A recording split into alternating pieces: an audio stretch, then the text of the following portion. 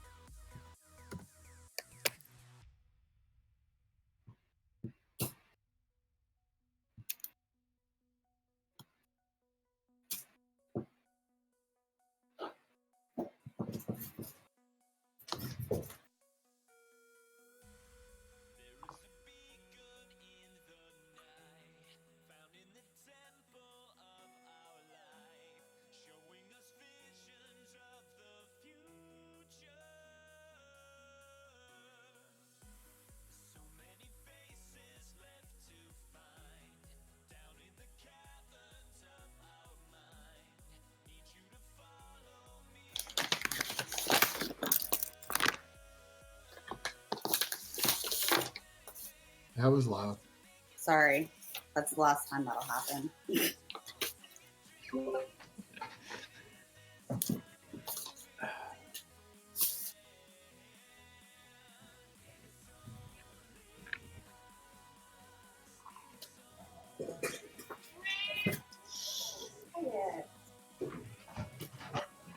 know that cat. I might have to lock my cuts in.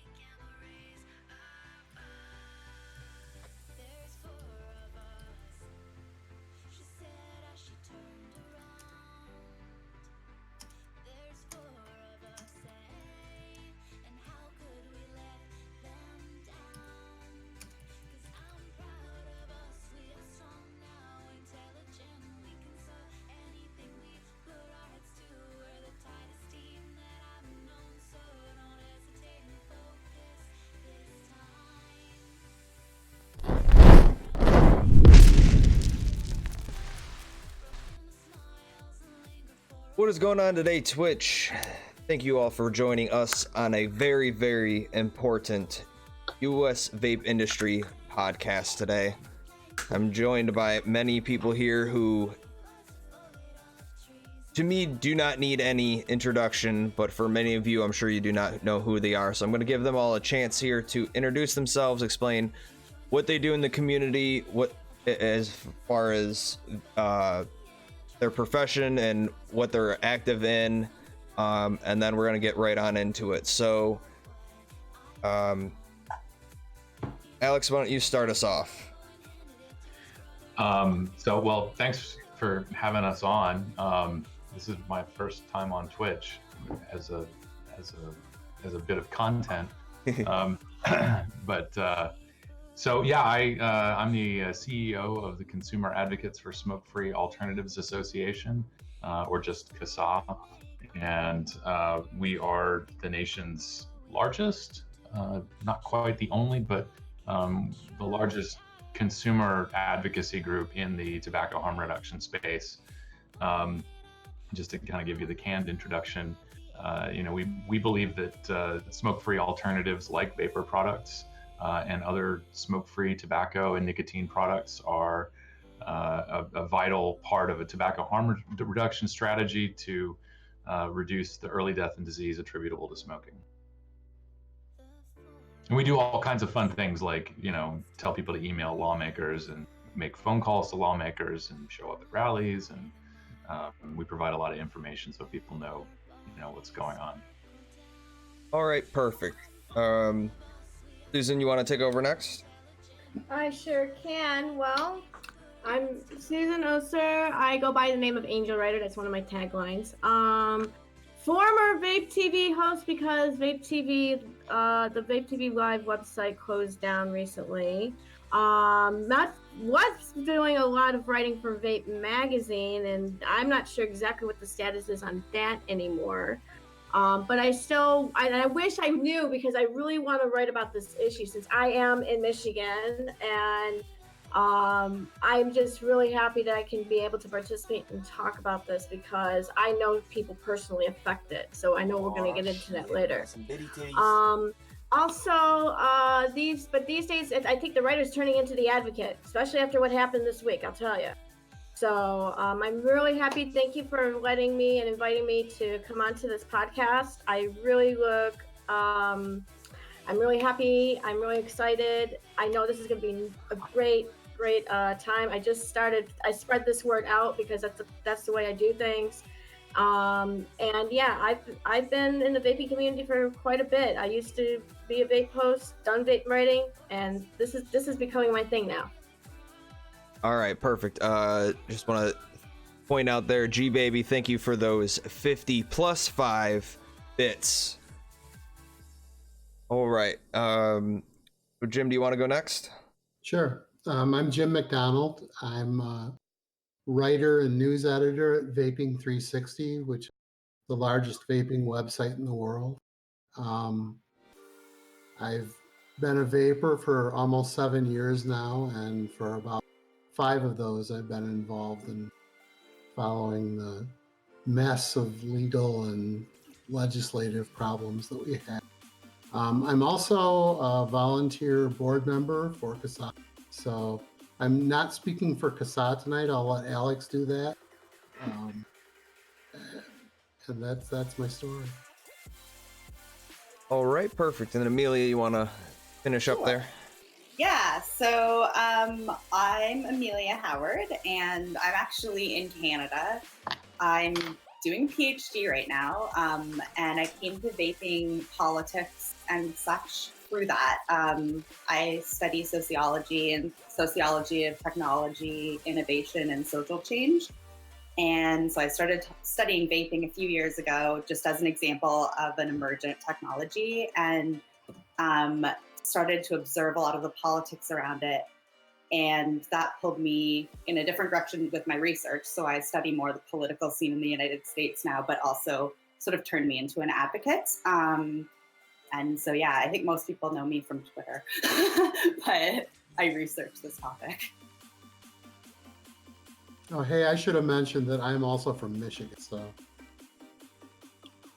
Ypsilanti. Okay, I didn't know you were out there in Ypsilanti. Yeah. Not too far. A little bit of a drive for me. Where are you? I am in the Clinton Township, Macomb, Sterling Heights area.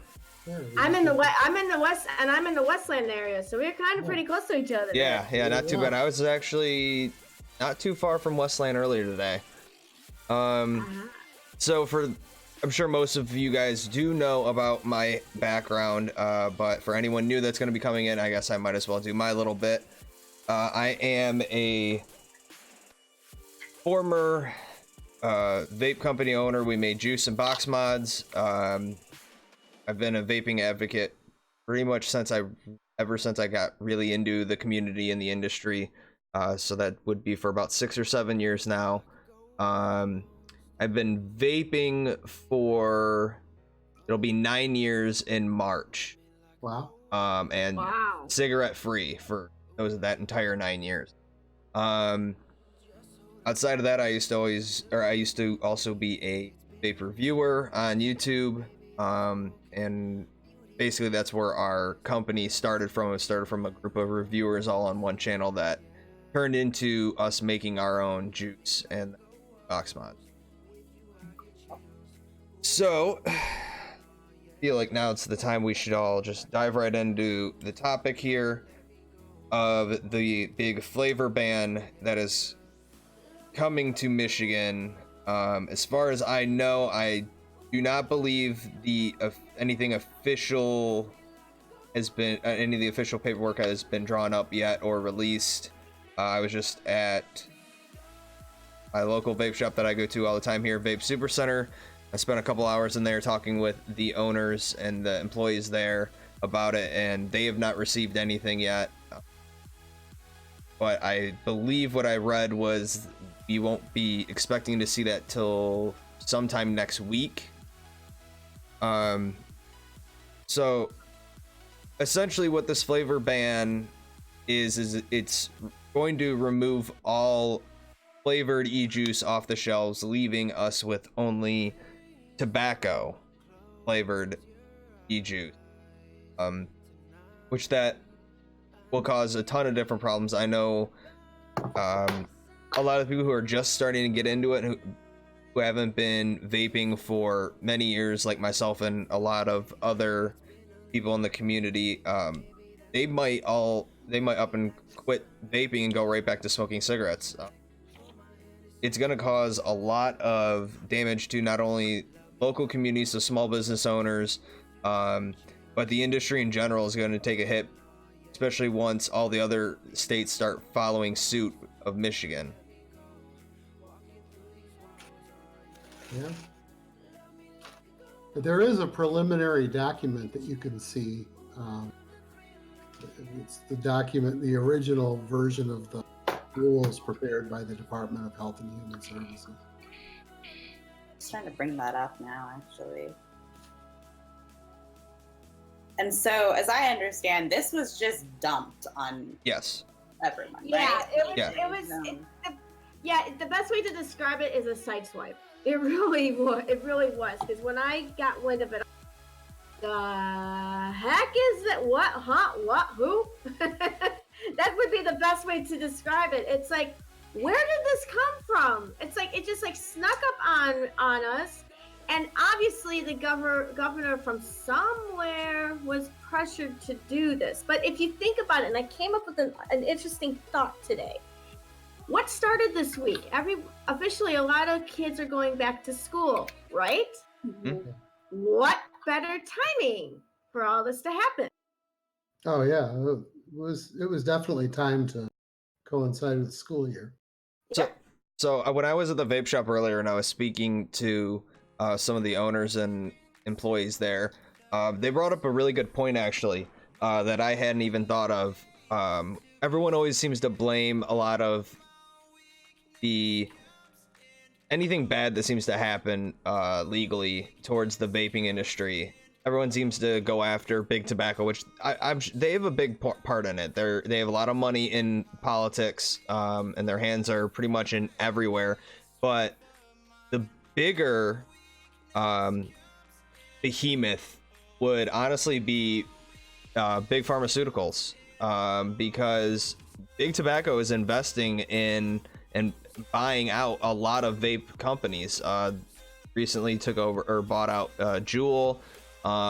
They have their hands in the industry and they're making some money off of it, but big pharmaceuticals has nothing to do with it, and they're losing out on a ton of money because they have their hand in nicotine gum and the nicotine toothpicks that have become popular as of recently, but they're not making any money off of vaping or vapor products whatsoever.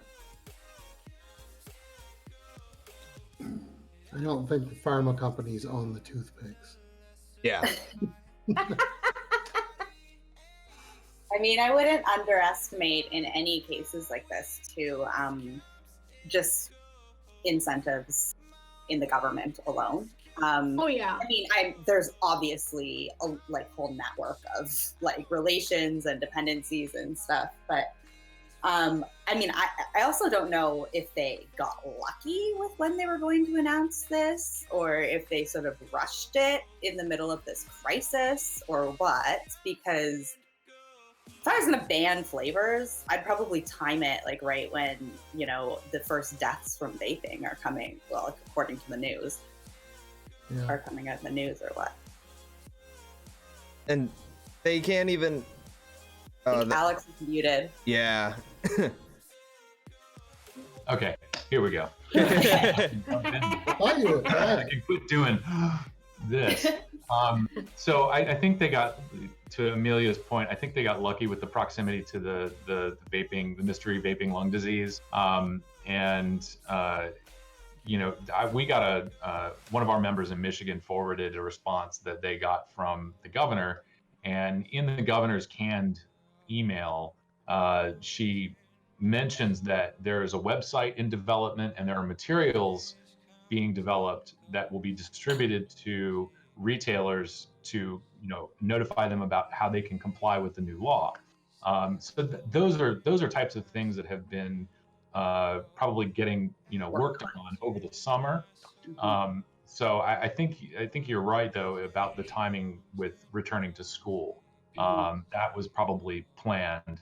They just got this extra bonus of being able to ride the wave of hysteria about vaping lung disease. Right. Yep. Which is completely. So they definitely jumped the gun. I know the governor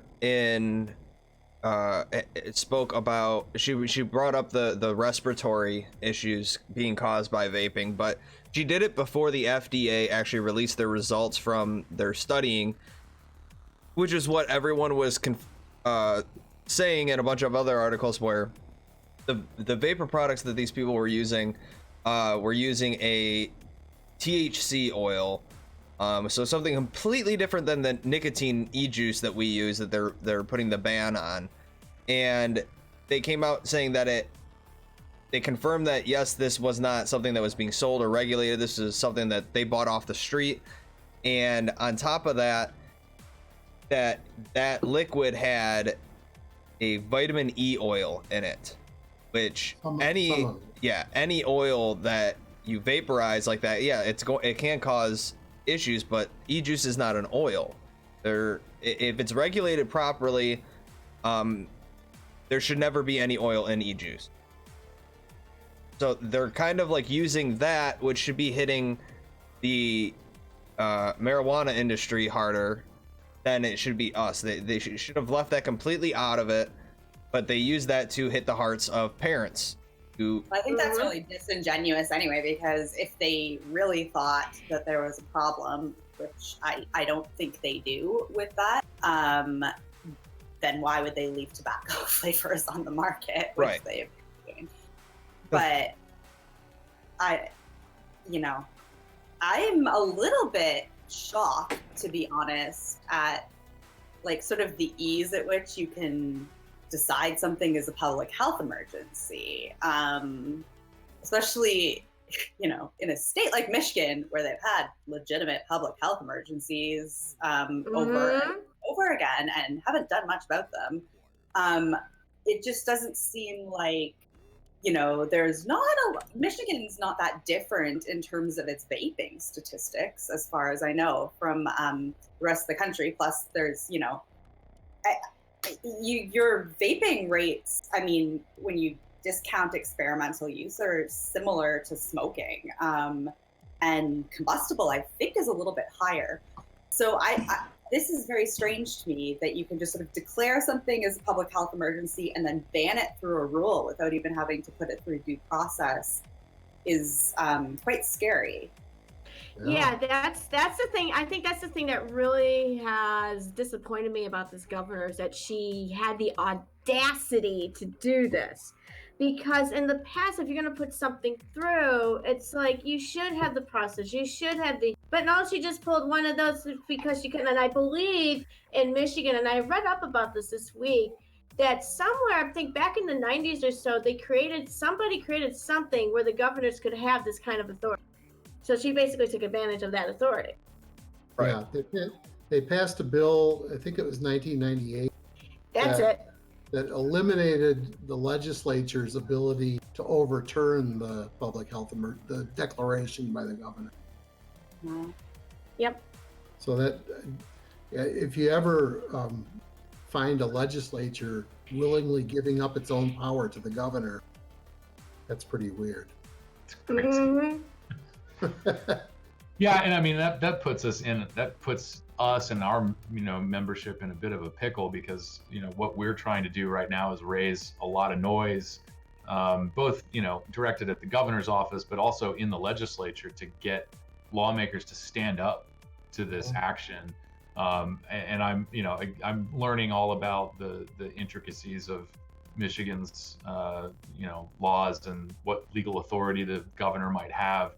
A lot of legislative members are sort of saying, oh well, she's allowed to do this, but she's only got 6 months, and I don't think that lawmakers really understand that the people that are going to be, some of the people that are going to be most hurt by this are the independent vape shops who Yep. don't have other products to rely on to carry them through a 6-month period. Yeah. And it's the convenience stores are the only ones that are going to be selling vapor products when this is all over. And I just don't think they get that. And hopefully, hopefully our members are able to make that point, and hopefully, industry stakeholders are able to make that point too. By the way, it's not just 6 months. You can renew it for another 6 months. Okay. Yeah. So, But speaking on the convenience store and gas station thing, and this is something that has not been talked about. Why haven't they, if they're so concerned about this being sold next to the candy, why aren't they finding those places instead of the vape shop and those small business vape shops who are doing it the right way, who are putting in their paperwork and are following the rules, and yet they're the ones that get in trouble, and yet these gas stations are selling it and not even carding, where because a vape shop has even the word vape in it, they're the ones that get hit and punished? That doesn't make any sense. well, the gas stations are getting punished too. Yeah, I mean, it's everything. It's just the effects are felt more by the small businesses. I think, Right. to your point, like, I think this clearly demonstrates just how little, Governor Whitmer understands about these products. Yep. One of the telltale signs that someone has sort of been pressured into doing something like this, I wrote this down last night after listening to one of the newscasts, is when people talk about formaldehyde as if it's an ingredient in e-liquid, and Gretchen Whitmer did just that. So, that to me is the only clue I need to understand that somebody has been, poorly coached on the talking points, and they are ultimately talking about these products, like a child. She doesn't understand what she's regulating. She doesn't understand, what these products are all about. So she has absolutely no appreciation for how different businesses are going to feel the effects of this rule. Yep. Agreed. And, the people she was coached by are probably the same people. We were talking earlier about, big tobacco, big pharma. They aren't really down talking to the legislators or the governors about this stuff. It's the Cancer Society, Cancer Action Network, and the Lung Association, and the Heart Association. Those are the people who... For the health department, could they have, I guess she wouldn't necessarily be inclined to listen to them, but I mean... Oh, I would say the health department might have had a hand in it too. Especially in Michigan. That wouldn't surprise me. Like, I don't know that much about this, but they did draft it was drafted with them, wasn't it? Yeah, she ordered the health department to come up with rules, to investigate the topic and come up with a set of rules. And they obviously don't know what they're talking about either. Well, Nope. No. Yeah, I mean, they're in the same boat. They're listening to, the Matt Myers and the Body Parts groups, and they're all getting the same talking points, and it's really just devoid of any actual information or research. That's right. It's interesting, Alex, that you mentioned like the formaldehyde thing, because that's something that I even look for like in my work now. Like there's tells for when somebody's been like coached on something. Where they get things wrong, and oftentimes they'll get it wrong in like a weird way that like it's a wrong talking point to begin with kind of thing, but they'll mess it up, and you can see patterns of that, and I've seen it a lot since 2018, like just basically since early 2018 when the Juul type stuff started happening. Things kind of clicked in this like sort of weirdness that became really easy to follow, but also got completely out of control. Like,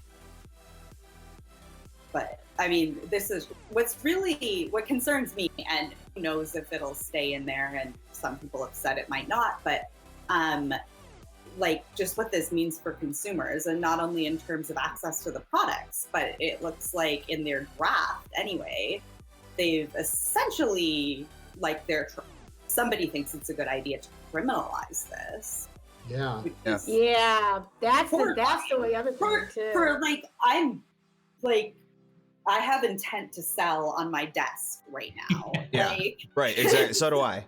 Exactly. It's just obvious. It's so obviously clueless about like how people use these products. It's also clueless. Like, I don't really think there is much of a black market for vapor products. Even among younger people, I think that they just share things.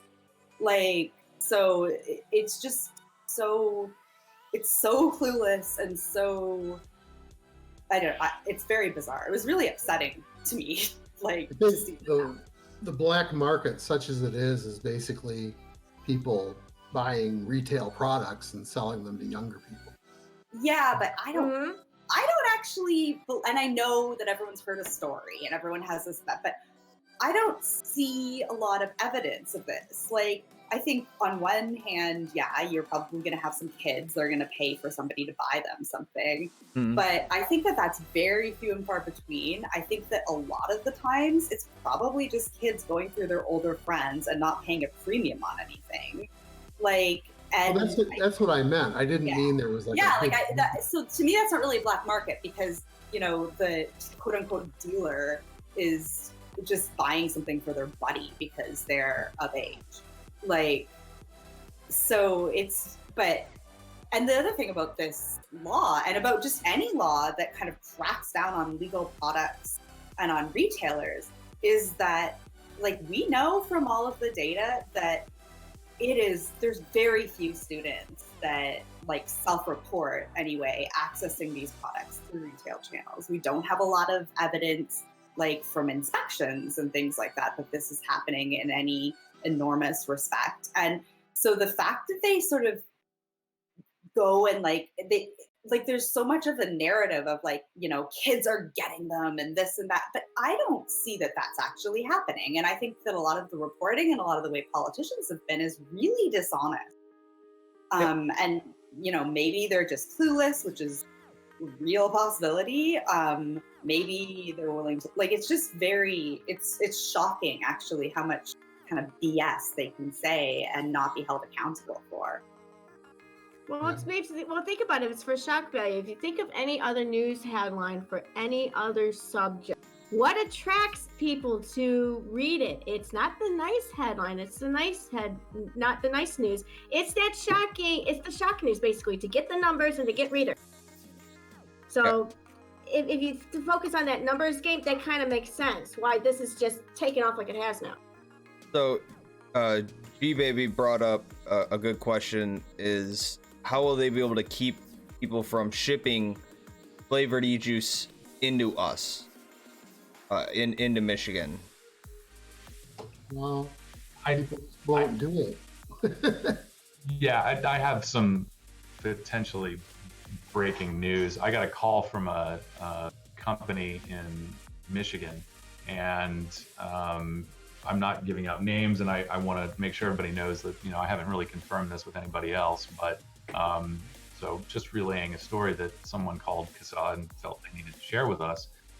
This person, their company manufactures flavorings for e-liquids, and he went to send a shipment out today through FedEx, and they turned around, they handed his package back to him, and they said, we just instituted a policy where we are not shipping flavors intended for nicotine vaping products.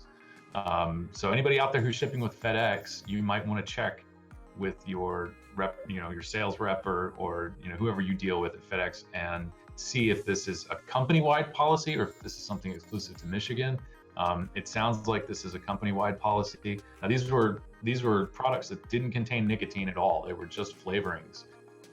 So, you know, this is something that, you know, you could see the U.S. Postal Service, you could see UPS or DHL. I don't even know if DHL is still a thing. But, you know, you could see the shipping companies step in and enact their own policies. I do know that there was one time I tried to order syringes for mixing at home. And living in New Jersey has prohibited the sale of syringes, whether they've got a blunt tip on them or, you know, a needle tip.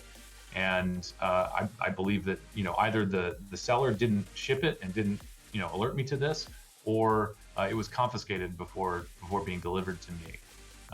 So there's certainly a possibility of you know, the authorities stepping in and intercepting packages. Yeah. And there will be ways around it. We spoke earlier at the vape shop. I've heard from one company here in Michigan that they've been working on it for a while now, but even more so now they're stepping up and really getting this out there. They were talking about selling flavor packets for their juice where it's nothing but the flavoring. So then, you know, the consumer can buy that, and all they're going to need to do is get VGPG and nicotine. Then they just have to put the couple drops of the flavor to create that exact juice. And I'm not sure if they would also be selling just plain juice bottles that have VGPG and nicotine already pre-mixed. Another thing that they could do is they could market selling flavoring as a nicotine drink. To where they can say like, oh, add this to water and there's your nicotine for the day. But then in reality, people are taking it and adding it to juice and making out of it again. So, I'm sorry, go ahead. I feel like maybe individual shipping companies like FedEx, sure, they might be able to make policies on their own side. But I feel like there's always going to be ways around it. I think when it comes to personal shipping, so a buddy sending me juice from Kentucky up here, I don't know how well they're going to be able to prevent that from happening. Yeah, I mean, all they have to do is show up at a UPS store with it already in prepackaged in the box and put a label on it. When they ask what it is, they could be like, oh, it's electronics. But that isn't really any way around this. Right. So there are a couple of problems with what you said. One is introducing any new product violates the deeming rule. So you can't come up with a new, you know, Nick Shot product that has the flavors separate from the nicotine without violating that. Now, a lot of people violate that all the time, so I don't know if they care. But I also don't see why the governor's health department can't just modify their order to include that. Are there? Yeah. Sorry, go ahead, Alex. I just quickly, you know, looking at the draft order, the definitions are vague enough that they do actually kind of capture quite a bit. You know, flavored vapor product means any vapor product that imparts a characterizing flavor. So if you're selling something that's intended to be used as a vapor product, it's a vapor product with a characterizing flavor. The other definition that would capture the nicotine drink, you know, all of the trouble that you run into with the FDA aside, Michigan has defined flavored alternative nicotine product as any alternative nicotine product that imparts a characterizing flavor. So, and I believe Michigan already has that alternative nicotine product definition, which captures things like, there's other, they're called nicotine pouches. They don't have leaf tobacco or anything, like in and on. And I think there's another one, a lift, that are actually quite good. But those products will also be prohibited under this order. Yep. So if like legislative action can't really deal with this, like, I don't know, Alex or Jim or anyone, like, are there routes that like the industry or consumers can take through the courts? Like, I think that it's really, really important to, like, this can't happen. This would be the second this happens, it's bad. Like, I don't think that anyone should be talking about getting around it and stuff, because like, the way things are moving now, not just with vaping, but just with anything, like, yeah, they can't check if your friend's mailing you something from Kentucky today. Next year, they might. Like, it's just, things move fast with technologies and with surveillance and with all of this kind of stuff. And it's really scary to see a whole state kind of treat vaping in this way and literally just like shamelessly ban it and shamelessly ban every product. And if this happens, things are going to fall like dominoes. And this is an extremely dangerous law. I don't think I've ever seen anything worse than this. And we've all seen a lot of bad stuff. Well, arguably this is the second, third, or fourth domino. Municipalities in California are doing this. They have an outlawed possession. What's that? They have an outlawed possession of flavor. Right. So they haven't gone that far, which is but it's still horrible. I know. But yeah, it's San Francisco's ordinance, for example, requires a product having gone through the entire pre-market approval process. It's not, when you submit an application, if you are able to submit a PMT application to FDA, they accept it or they reject it. And usually, and a rejection, quite honestly, for this space should be, look, we're going to send this back to you with some notes and you need to make some changes. But once you get an application accepted by the FDA, you then have a year, probably a little bit more, because FDA doesn't do anything in a year.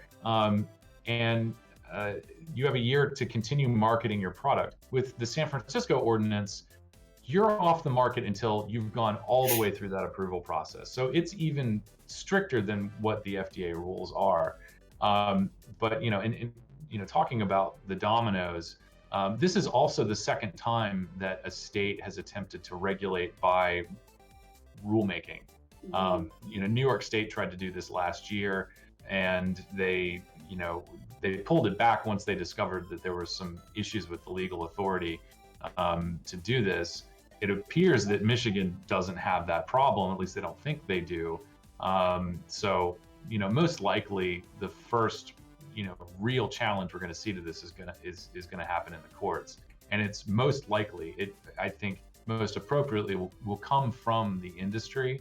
And I want to make something really clear to anybody who has questions about CASAA getting involved in lawsuits. We are routinely not regarded as stakeholders in this issue. That is true with the FDA, and it's true with the courts. We have been asked to submit amicus briefs to several lawsuits. Our briefs have been rejected because they determined that we don't have standing for some reason. So it's very difficult for consumers, other than what we're doing, trying to get people to communicate with lawmakers. It's very difficult for consumers to be, to have our voices represented officially, either in the courts or in the legislature. Do they ever have to answer as to like why that is? Because tobacco-free kids and tobacco-free kids especially, but also like Cancer Society, like those are consumer groups. So, and so are you, like, I'm trying to understand, like, is it just kind of like whatever the judge decides, they decide, and that's it? Like, that's shocking to me that. Yeah. I'm not exactly like, but it's shocking to me. Yeah, well, a lot of stuff is ceasing to be shocking to me.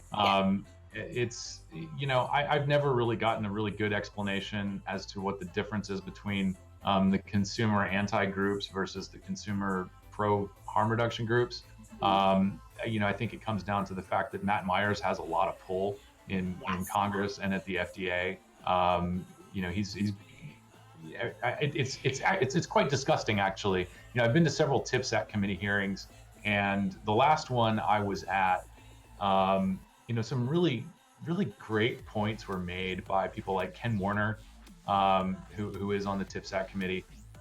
And then, by the end of it, there were people, there was a representative from Reynolds who spoke.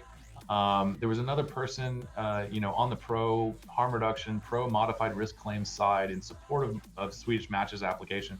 And both of these people, and even people on the panel, they kept referring back to a comment that Matt Myers made, which is like one of the most obvious things that anybody can say about, this particular application, which was, if you approve this modified risk application for IQOS or Swedish Match or whatever, then you're setting a precedent. And I thought that is one of the most intellectually devoid things I've heard all day long. Obviously you're setting a precedent. It's the first, by nature of being the first one, you are setting a precedent. It's not necessarily, just because it's the first one doesn't mean that it's dangerous. It doesn't mean that it can't be improved upon. But he says these things that really have no substance, but everybody just kisses his ass. They've, I think, successfully made the argument that, as adults, as a multi-million-dollar funded group, they have to stand up and protect the children. Meanwhile, all of us, consumers of these products, we're just hapless nicotine addicts, and we don't know what we're saying. That's really the big discernible difference I can see between us and them, as far as any lawmaker or judge might see it. So we should probably add here that, for people who don't know, Matt Myers is the president of Campaign for Tobacco-Free Kids. Yes. And he's been involved in every major decision about the tobacco market since the 1980s. He helped negotiate the Master Settlement Agreement. He negotiated the Tobacco Control Act with Philip Morris. So it was the tobacco company and the anti-tobacco guy getting together to create a system to regulate tobacco, a system which allowed Philip Morris, now Altria, and Reynolds to just consolidate all the power and buy everything else up. Well, Reynolds, I don't think supported it at the time. But Reynolds didn't support it, but Altria, Philip Morris, and Campaign for Tobacco-Free Kids pretty much ran the table on that. Yeah, I gotta say what you want about the big tobacco companies, but Reynolds is the only one who consistently has a backbone in some of this. They've said some really stupid stuff. It hasn't been any help at all. But they were a holdout on Tobacco 21, and they just Reynolds. I think that, since this is just a theory, but I think since they asked for open systems to be banned in the deeming, I think they kind of learned a lesson there. And I don't know, maybe they just have a backbone. But the other thing about Campaign for Tobacco-Free Kids, who are just in the weeds of this and also the face of it, and they're a disturbing group, but they're also, the history of that organization and of Matt Myers kind of coming in is you have, I don't know if anyone's heard of Bill Novelli, who's on their board now, but he is one of the best, most influential people in America, and the best in his field, which is public relations, but public relations for social change. And so he left commercial PR, with commercial clients, and kind of built his, legacy around doing nonprofit issues. He was the president of AARP for a while, but really started out with the tobacco wars. And these people are working with the best PR agencies in your country and the best in the world. They're some of the biggest, Tobacco Control are some of the biggest clients to advertisers. They're some of the biggest clients to PR agencies. this is a massive kind of machine that they've built. So it's like, it's an influence machine. A lot of people, like even tobacco control academics, even tobacco control public health officials, like people that have a duty to the public and not to their private cause, are very sort of in this world that's been built around them by marketers. And that's a really, it's actually very similar to what happened when the tobacco industry fooled everyone in like the 60s and then again in the 80s. And like there's something of that going on here, and people are working to manipulate public opinion and to manipulate academic writing and to manipulate the news, and it's very hard to kind of fight, and you have a terrible system. Like, So to summarize what you're saying is, tobacco control is using the big tobacco playbook. yes, well, they do that openly. They do that openly. I know. I'm just. They're quite I open. just like to say it out loud. Yes, I know. I like, and when kids started vaping and getting sick, I kept saying, "Well, what about the kids?" And I'm like, oh. I don't want to be that guy. But I mean, it's just, Alex, I'm very angry that they won't let you. They don't, like, it's just, it's ridiculous. It's also ridiculous how they treat the industry. Yeah, I mean, it could be a matter of, nobody's found the right judge yet. I'm sure that, it's different from district to district. But yeah, so far we really haven't drawn the get included in a lawsuit card.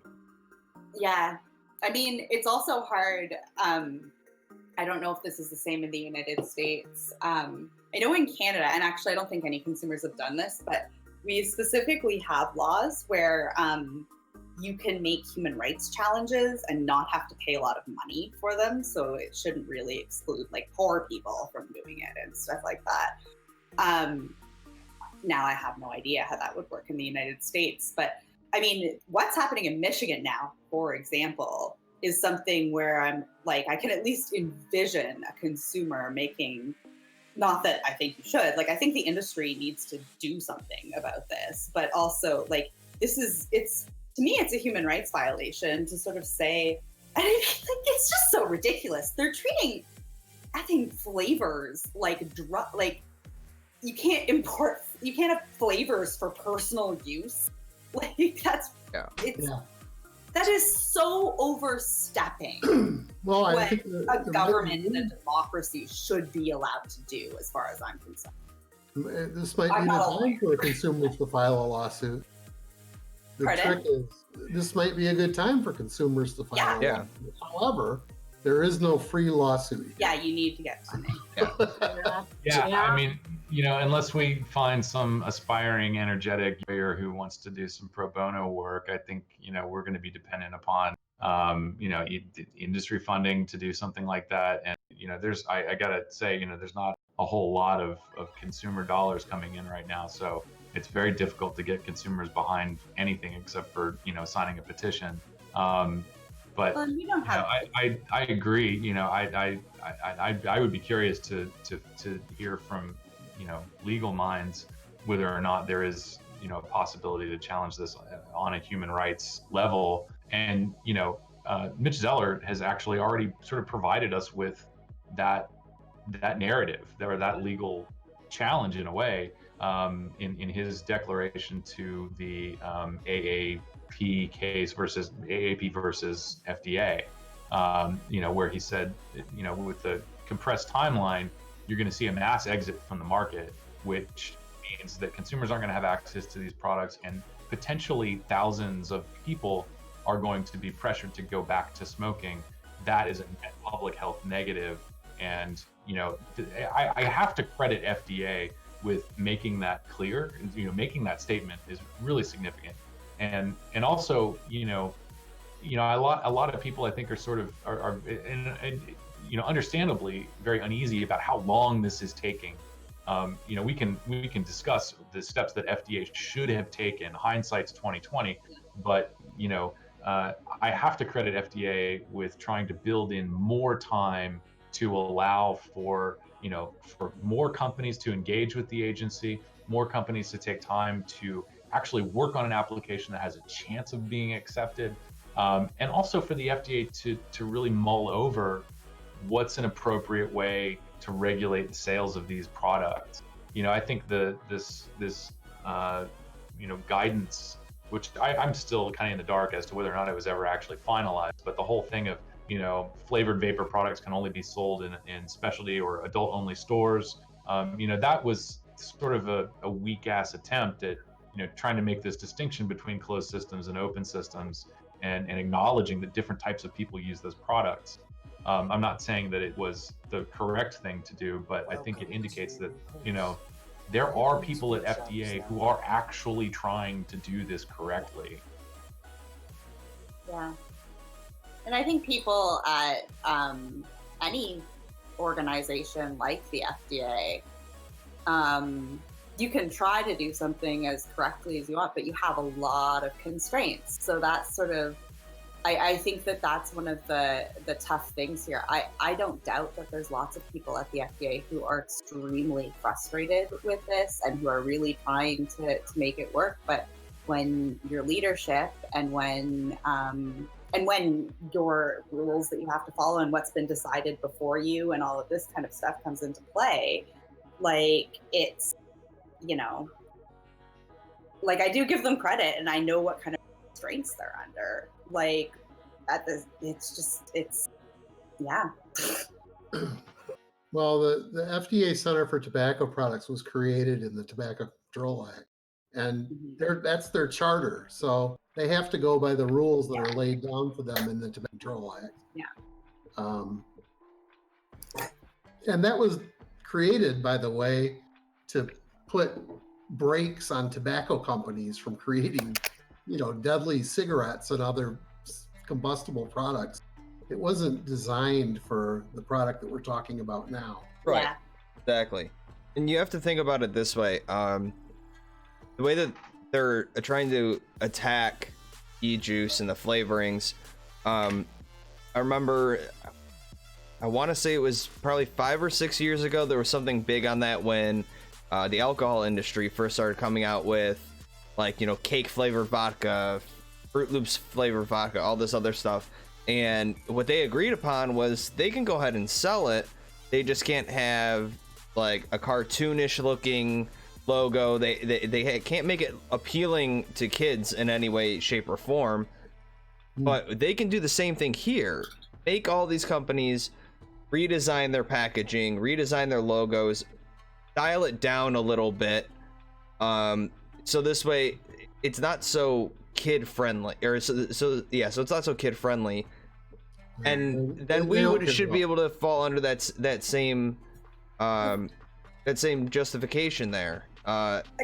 You let all these other companies get away with it in the alcohol and the tobacco industry with these flavors that you could easily say are appealing towards kids as well. But I think they have some like answers to that though, and I've seen them use them. And I think one of the important things, just in terms of, I mean, we have, like, you've been vaping for 9 years, right? And so like before, you probably were vaping, I'm assuming before this sort of like packaging came out and people were branding and stuff. Yeah. Since day one, they were going after the bubble gum flavor and the cherry flavor. Like, they don't like what we're tasting. Yeah. Like, they don't care about the labels. Yeah. And that's sort of like, it's like a moving target. So yes, you can make that argument, but I already know that they'll just, part of the problem with this is that there's so much fear about nicotine, like, and about vaping really, but also about nicotine. Like, nicotine is treated like it's like the worst thing you can do. Like, I do a lot of drugs that are like, most of them are legal. Nicotine is probably like the safest one. Yeah. Right. Actually, no, they're all legal because it's Canada.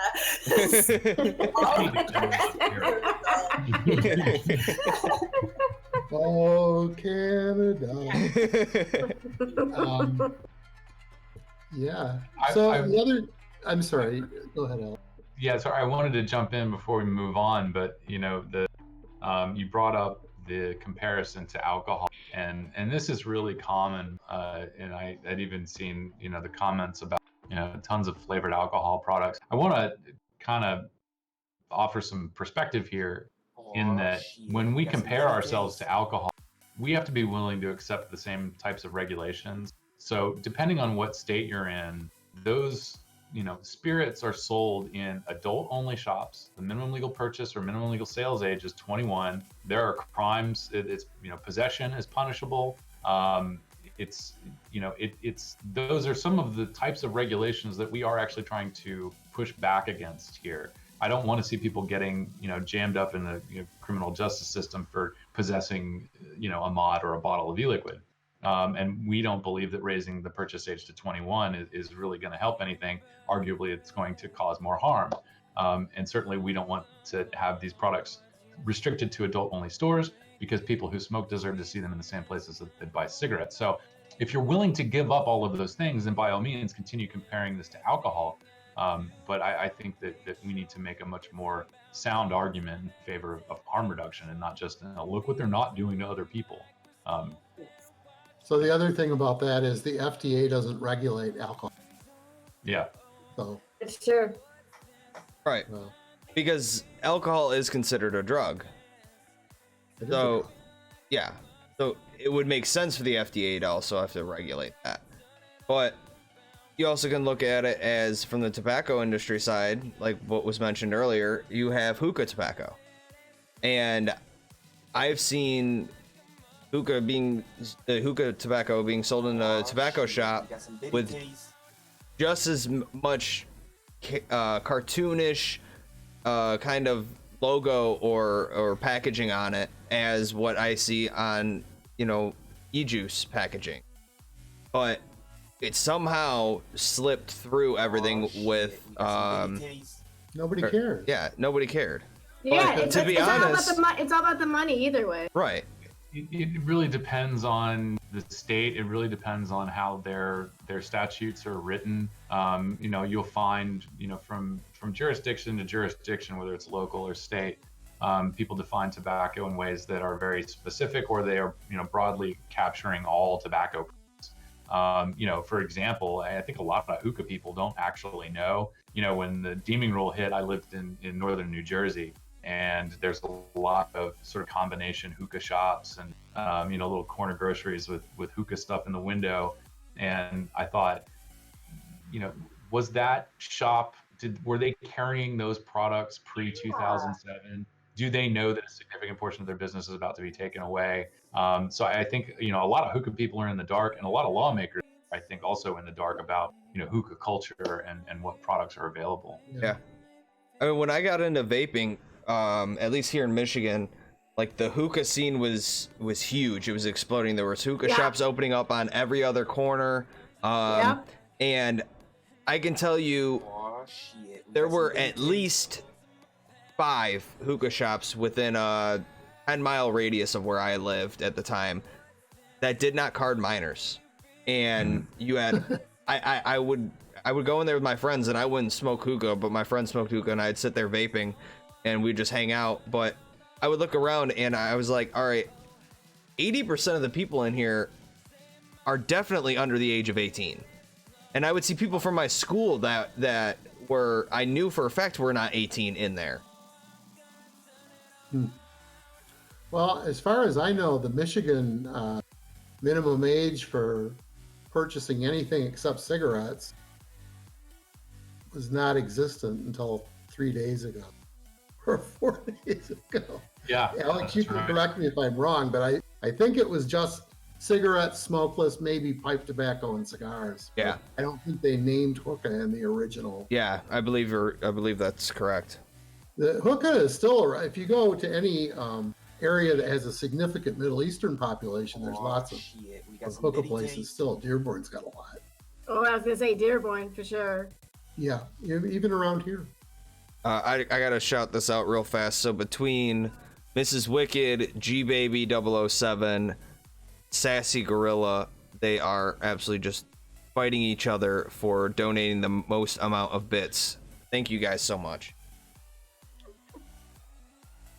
Do we get a cut of that? I don't know what a bit is.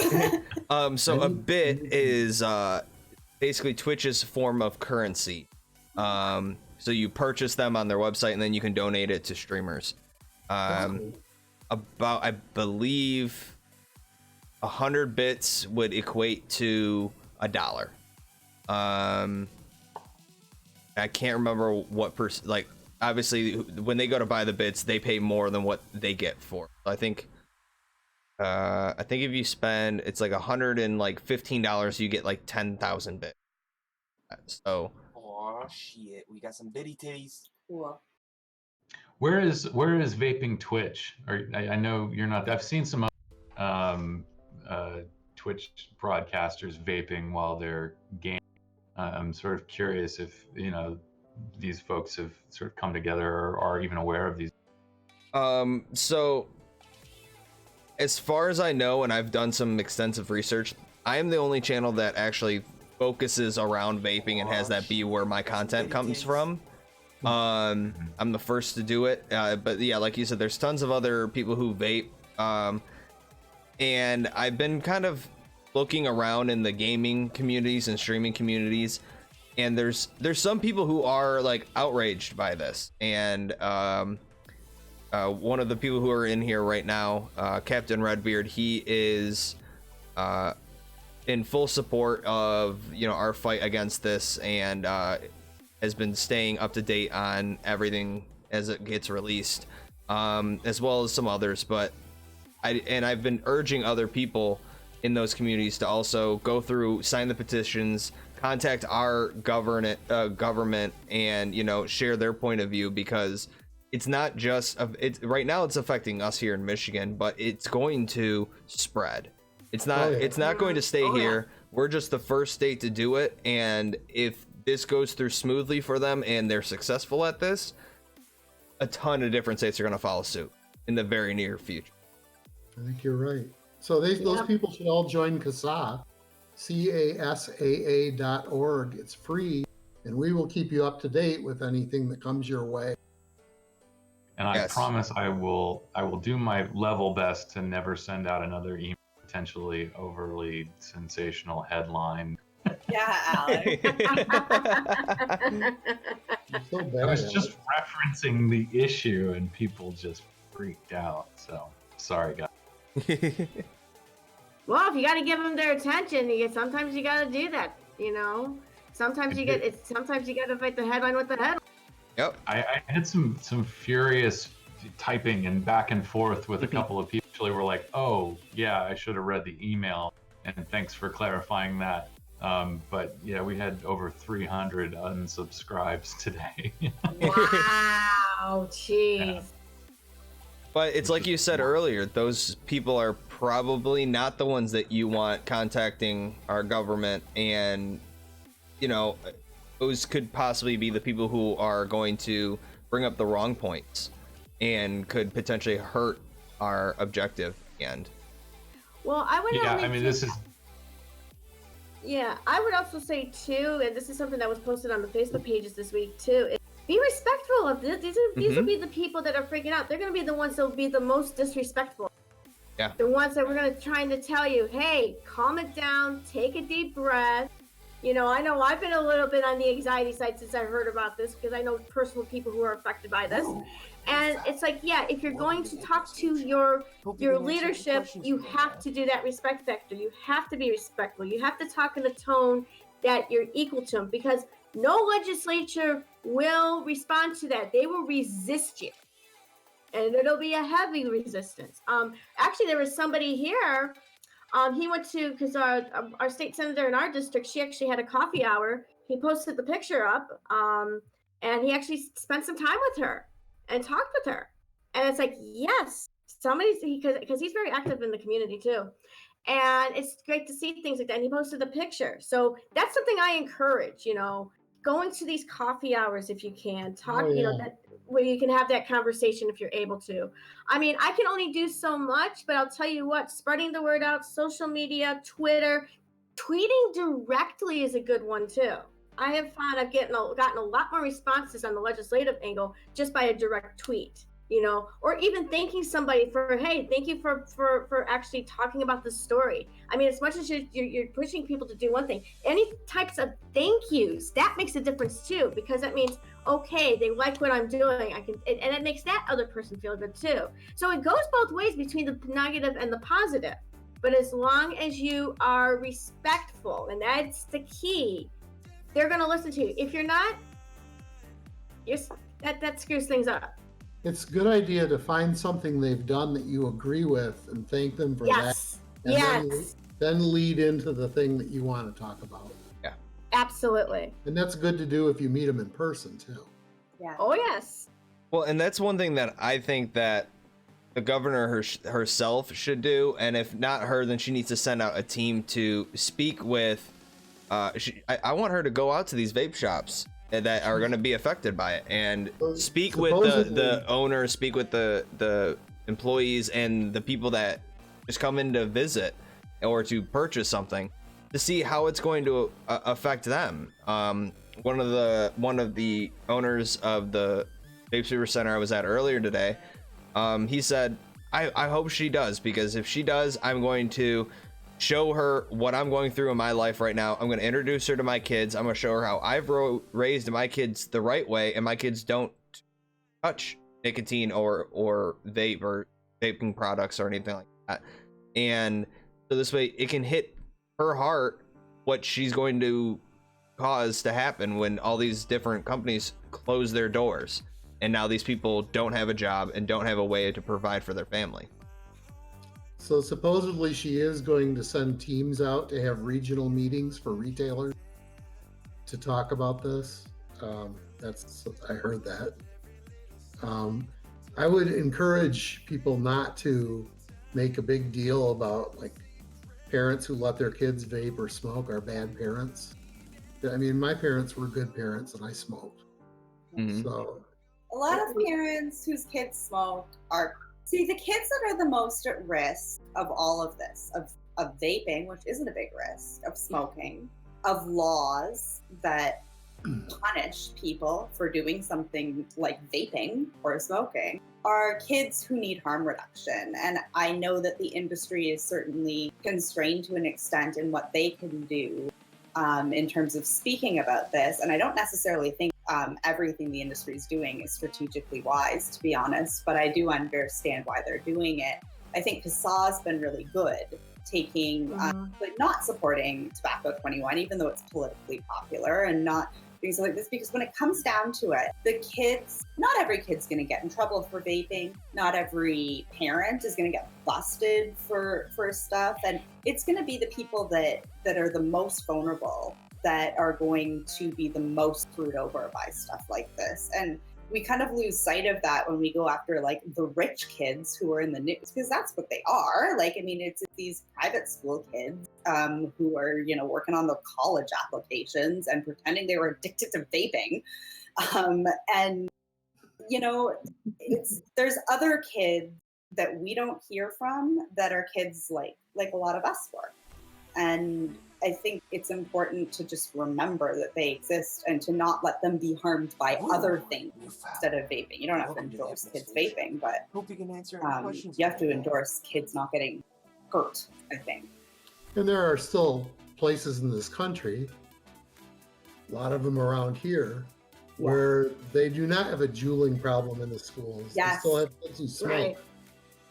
Yeah, I mean, I'll tell you, when all of the juuling stuff started happening, it was really weird, because again, like it was completely different from a lot of the media stories that I've been tracking through my research. And this is just this like massive shift, and it was different news organizations and a different kind of line. So I started following because it was weird. And I watched like hundreds. Jim was like communicating with me at the time, but I would watch like hundreds of these local news stories and read hundreds of stories and read like in like little tiny papers and stuff, or like I'd read school presentations that happened, and it was before things kind of really took off, but I was looking at the very first places. And what they were doing at first was they would have this like basically it was like a prepackaged story that everyone would run in these different like local news stations. And it was always the same thing. It was like, a new danger is threatening everybody. It's like, it looks like a flash drive. The kids can use it in school. It plugs into the computer. It's got as much nicotine as a pack of cigarettes. And your kid's hiding it from you. And they sort of like make it seem like, you know, your kid could be juuling right now and they're gonna die and all of this kind of stuff. And then they'd go out and they'd like talk to some person and they'd, you know, every kid at that school juuls and this and that. The really interesting thing for me is like most of the time, the like news shows were in relatively wealthy white neighborhoods. But there were two that I saw. One of them was outside, it was someplace in Virginia, but not like Arlington area and stuff like that. It was out far away from kind of the DC area. I forget the name of it, but then also Flint, Michigan.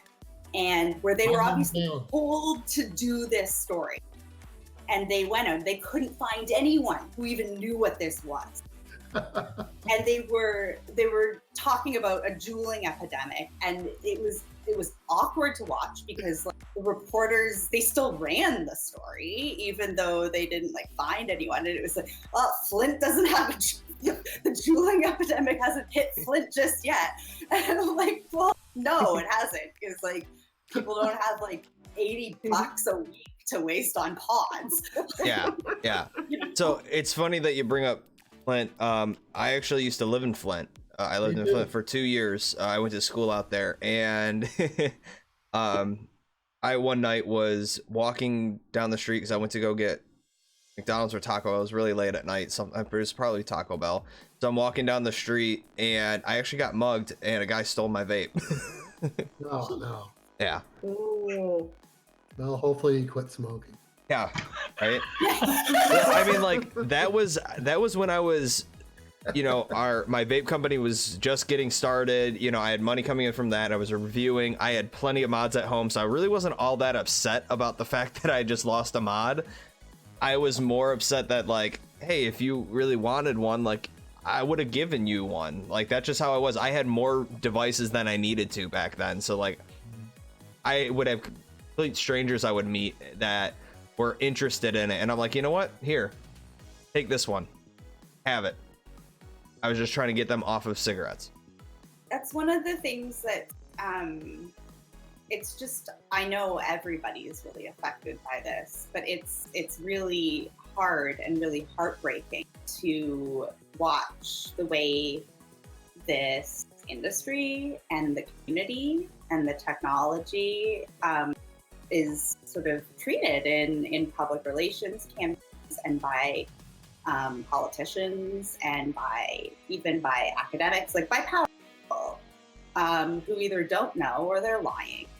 But I actually think, I mean, vaping is unusually like not profit driven. I don't know very many people. I mean, people have done very well for themselves in the industry, and some of them are really living it up.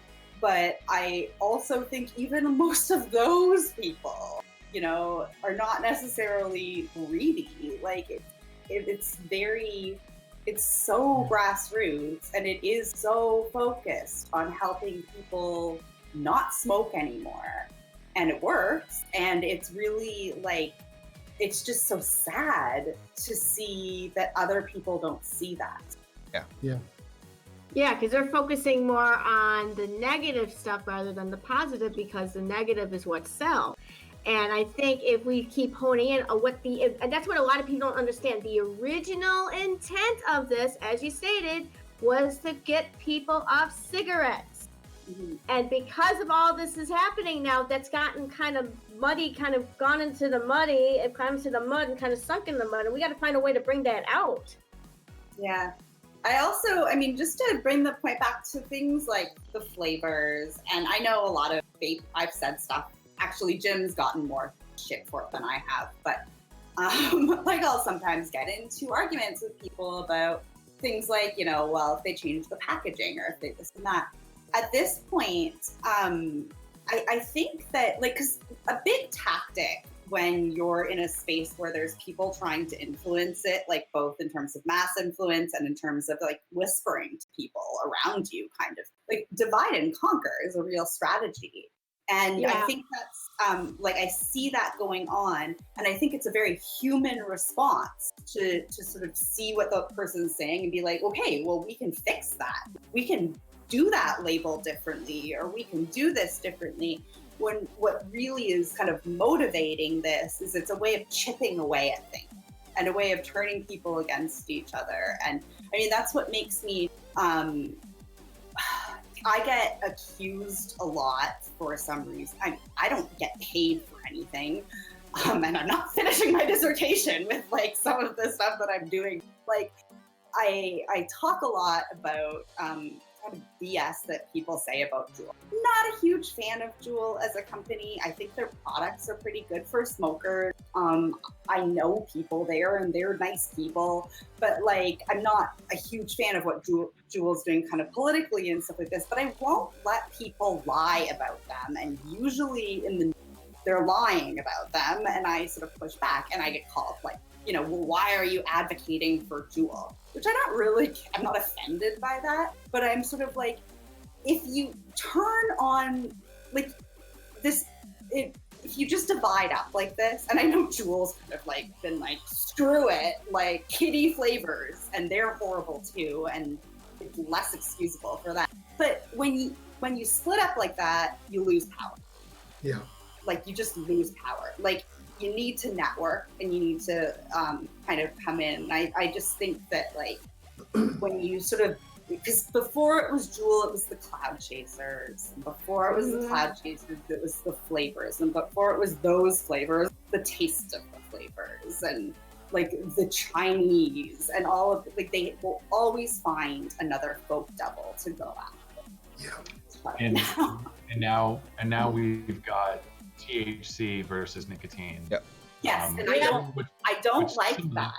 Yeah. The medical marijuana people actually have done this as well. And when San Francisco was looking at banning vaping indoors, there were a lot of medical marijuana people that threw nicotine under the bus. Yep. But whatever. It's not about who. I mean, if anybody wants to point the finger at who fired the first shot, it was the board of supervisors in San Francisco. It's the policymakers who, like you said, are they're really taking advantage of this. And I mean, several of the angry messages I got today were like, it's not vaping, it's those damn THC cartridges. Like, no, it's not the THC cartridges. It's the policies that created an environment where unregulated underground manufacturers are putting dodgy substances into their cartridges in order to save money. It's got nothing to do with this substance versus that substance. It's all about a bunch of angry rich white dudes who are making the laws because they don't want people to have fun. And they want to find a way to criminalize being a black person or a poor person. And that was something I brought up in one of my previous podcasts was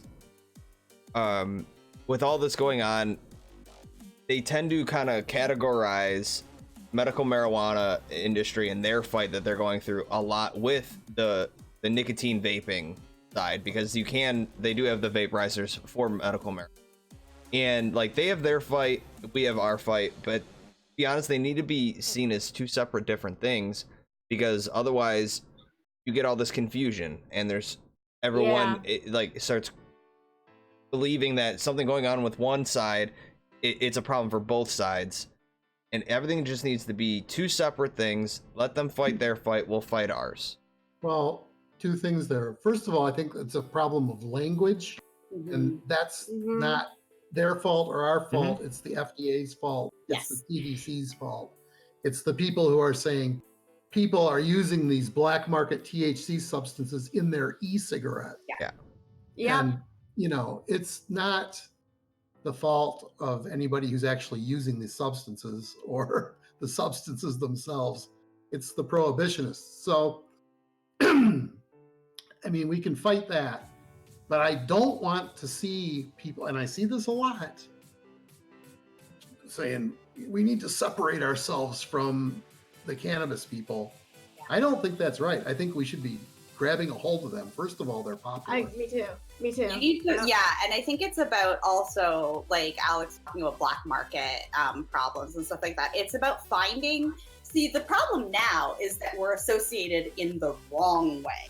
And yes, you know, hook in on the right way and really sort of get them, because they don't know what, I mean, I'm seeing vapers now like demonize pot, but at the same time, I know that the pot people don't know what the hell they're talking about with this stuff. Like, you know, a lot of them think that it's just horrible and this and that. Yeah. It's been really, I've learned a lot watching this go down, because I've actually had to pay attention to that, to like that kind of side of things. And we don't really talk to each other here, but yeah, when you can sort of tap into something like that, that can be very powerful. And let's face it, they have more public support than us. I mean, it's hilarious what's happening here.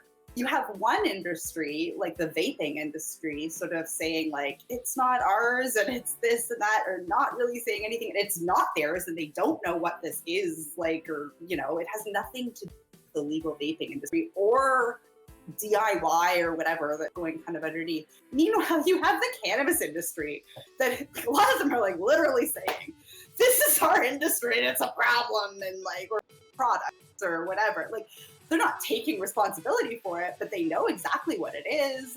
They're trying to be vocal about it. And like, nobody's even, like, very few people are even quoting these experts that know about it. So I've talked a lot about this on Twitter and in my article. And in the last couple of days, I've gotten calls, I won't say who from national media outlets who want to talk about what I know about these black market THC things. And I say, well, I know quite a lot because I've been reading Leafly and Mary Jane and Marijuana Time. And you could just talk to those people. Well, you shouldn't say that, Jim. I didn't say that. You are the foremost expert on marijuana cartridges, and you are also a volunteer board member of CASAA. Yeah. I'll be sure to tell them that. But the fact of the matter is, the marijuana people have had a pretty good idea what's happening here, or have come up with a lot of credible suggestions for what's probably happening for several weeks now. And I don't think the CDC has been reading about it. And I won't say what context or platform or whatever this is on, but I heard recently an American public health person in a situation sort of talk about, he's very critical of the industry, not our industry, but like the vaping industry. You know, why isn't the vaping industry doing anything about it? So first of all, like, I think they kind of are. They're doing the most they can do. Second of all, I was very struck that he didn't seem to know that there's an entirely different industry involved here. And this isn't even their product for all we really know. I know people keep saying, what about that one case? And maybe that is true. Like, I don't know what's causing it, but it seems like it's pretty overwhelmingly black market. And like, if one dispensary sold something, I'm kind of like, well, did they get black market products and sell them? Like, but, which I don't know. But then it was just, I was astonishing to me, because this is somebody that is apparently an expert in vaping and the vaping industry. Expert. And it doesn't see, I mean, this person is not a bad guy, but he didn't, like, it's like, why isn't the industry? Well, because it's a black market for an entirely different industry. That's why the industry isn't controlling it. It has absolutely nothing to do with it. Nothing. Like, even like manufacturers in China they're not making these cartridges and filling them with poison. Like, well, they're making them. Yeah, they are, but they're making, they're making empty containers. Yeah, exactly. And, that's the thing. They're empty containers in LA or like wherever, you know. So, yeah, and I learned from Jim, who probably learned it from Leafly. Like, you know, these are big operations. Some of these. Oh yeah. It's not like that's people are talking as if it's like, yeah, people are putting the THC in their e-cigarette. Like, no, this is it's like large scale manufacturing, and they're doing it dangerous. They're processing thousands of pounds of cannabis into oil on a weekly basis. Thousands and thousands and thousands of these cartridges are being made. So the California cannabis industry the illegal industry is 3 times bigger than the legal industry. Think about that. Yep. And that stuff is all going, I mean, a lot of it goes into California, but most of it goes throughout the rest of the country.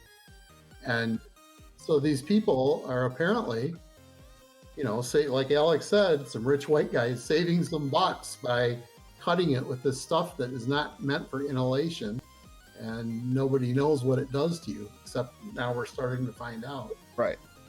Yeah, I think, you as a juice manufacturer, Paul, the question for me was, CDC and some of the state health departments continue to, veer back into like, and e-cigarettes were reported in these cases. My question is, I've never really made e-liquid. I've added nicotine to my liquid before, but that's not really DIY. Might be manufacturing in the eyes of FDA, but certainly not a DIY expert. So, like we said, this, vitamin E acetate is added. It's a thickener. It preserves the consistency of the THC oil, but it's remarkably cheap. I think someone had listed a price of, so many gallons of this, I'm going to try to get this word right, diluent. Yeah. Dilutant, something like that. Dilute product with. So basically, look, I'm going to take my official CASAA hat on. These motherfuckers are stepping on the product with something they shouldn't, and it's really, really cheap. My question is there any motivation for an e-liquid manufacturer to use something other than, the bulk purchase of propylene glycol and vegetable glycerin? I mean, as far as I know, there's no motivation to make an e-liquid that's thicker than it has to be. And certainly I would assume that having a commercial account with a vendor to get bulk supplies of PG and VG drives the price down pretty low. So, in your experience, is there a cheaper flavoring or base ingredient that a manufacturer might choose to use, thinking they're going to save some money? So I have not made juice in years, so obviously things have changed. We focus on the quality, not so much of saving money. We never really did it to make much money. In fact, I never actually received a single penny from all of our sales. Everything we made went right back into the company. But I'm sure that there is something out there that could save you a couple bucks, but in all reality, it wouldn't be worth it. Myself and my partner in our business and every other juice company that I knew and all their owners, none of them had that in mind. The only thing that anybody was possibly doing when coming out with a juice was, okay, well, I need to put orange flavoring in this. I've got this company's flavoring versus this company's flavoring. One's a little bit cheaper. Can we make this one work? Or do we need to use the more expensive one because it makes it taste better? But as far as like cutting the juice with another foreign, substance, I don't believe anybody would do that. I feel like everyone is a little bit too moral to do something like that. And we used to pride ourselves on the fact that there's only 4 major ingredients, or 4 ingredients that make up e-juice: your VG, your PG, flavoring, and your nicotine. And adding anything else to that mixture is just not necessary or worth it. And like you said, bringing up bulk pricing, when you are ordering all those things in bulk, it drives the price way down. Honestly, like when we went from the beginning of doing all of our testing and our sampling, we weren't really purchasing anything in large quantities. We were doing smaller quantities because we didn't know if we were going to need it, especially flavoring wise. We just needed enough to try a couple different, mixtures out, and then that was it for the time being. And then when we went to actually releasing our product and selling it, and we did our bulk orders, we saved quite a decent amount of money just from that alone. I believe it was costing us per bottle during the testing phase, it was costing us about $15 to $17 a bottle. Once you include in like labels and sealing it off, the bottle itself, all the ingredients, the time and labor, it was about $15 to $17 a bottle. Once we went into like actual manufacturing, that price dropped way down. I believe it was only costing us about $7 or $8 a bottle.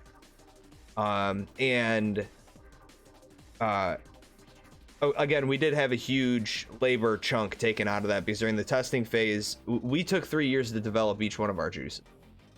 And that was because we tested every single flavor that was out on the market at multiple different mixtures. So, but yeah, in the long run, I don't believe that any of these juice companies would be doing anything like that. Someone could, but I don't see anyone seeing it as being worth it. Yeah, it's hard to think of a similar kind of motivation to what, especially now that it's come out that this particular thing that could be causing it is used to fool people into thinking that they have a level of purity that isn't there. Yeah. I mean, I think also just the way that competition works in the vaping market, and even with C-source stuff, because like very few people just vape one thing. Like once you start vaping, you do vape a bunch of different stuff, and it's classic in any market like vaping that is like downstream for them to pay a lot of attention to consumers and consumers to exercise a lot of kind of power over what the industry does, because that's how they compete. It's about like having the better tasting coil, and the coil makers will literally like be quite attuned to this, and you see that in other kinds of like niche industries and stuff, which is not the same as with these carts, like, or as a lot of industries in general, like but yeah, like I don't see something happening like that. Like God knows what's going to happen in a few years if things got banned. But even then, part of me is like, I have a feeling people will DIY. Like I have a feeling that it'll be a DIY thing more than like I don't know. So, and a lot of people, and I believe you're right, because a lot of people do DIY e-juice because it does save them some money, and they can make exactly what they want. So maybe on the DIY side, I could possibly see someone trying to cut costs a little bit. But when it comes to a company and they have, a reputation to uphold and they have an image to uphold, I don't see that happening. And you also have to think about it this way. When with these, THC cartridges that were someone bought and then filled and then sold on the streets, there's a good chance that was, a drug dealer. And in the vaping industry, these companies don't have that drug dealer mentality where it's all about profit. A lot. I mean, you look at your vape shops and vape companies, a lot of them don't make a lot of money. There's a handful of vape companies out there that are huge, and they do, I'm sure, make really good profits. But for the most part, a lot of them don't. A lot of vape companies are, they're local based in, a city, and they know that like their market is pretty much their city or state, and they're okay with that. None of us got into this to make a shit ton of money, and to become rich off of it and retire one day off of it. We all did this to offer this amazing community another product that they will thoroughly enjoy to keep them off of smoking cigarettes and using tobacco. I think that that's a huge part of it. A lot of the people who vape shops or other vaping businesses, but especially vape shops, have no background in business. And, you know, a lot of them don't really make an effort to learn a lot about business. Some of them do, but not all of them. Back to the e-liquid for a second. A couple other things to mention as far as like going cheap to save money on e-liquid. Once people know a recipe that you have, they know your flavor. You can't really change it significantly. Yeah. Yeah, you lose a lot. I've seen quite a few different companies that went from they changed their flavoring to another company that was cheaper because they, instead of using more flavoring in their flavoring, they start adding more sweetener, and people notice it. You notice it right away. Oh yeah. I used to have one of my favorite juices was like that, and then they switch it to other flavorings that it made it taste similar, but the amount of sweetener in it. Yeah. I mean, like your coils would get gunked up, and it just made it not enjoyable to vape anymore. So I had a discussion. I'm sorry. Go ahead, Alex. Well, I hopefully I'm not stealing a point here, but you know, my understanding of the regulations is manufacturers aren't allowed to make modifications to formulation of e-liquid without now going through the MTA process. Yeah. So this is also, you know, to answer that dog thing in chat. You know, if a manufacturer did come out and make a public statement saying that they had changed their formulation, they should rightfully so be under intense scrutiny from the FDA and pressure to submit a PMTA. And this, you know, I think that goes to, you know, this is one of those points that really should be getting some attention, because we have people like Dick Durbin who are coming out and want to heavily regulate these products, saying blah, blah, blah. Well, this is another one of those examples where we can say the industry is already regulated. Manufacturers legally cannot do something like incorporate a new additive that might be cheaper to their formula. That triggers PMTA. Yeah, exactly. And the example I brought up, that was prior to all of that happening. So they were able to make changes all they wanted. Yeah. Sorry, I interrupted you, Jim. You were. My point was that I talked with an e-liquid manufacturer. This is like 3 or 4 years ago, but I don't think anything's changed. Who said the one big savings that you could have would be to buy less expensive nicotine, because the highest quality nicotine is more expensive. Yes. But over the course of a 55-gallon drum full of nicotine, even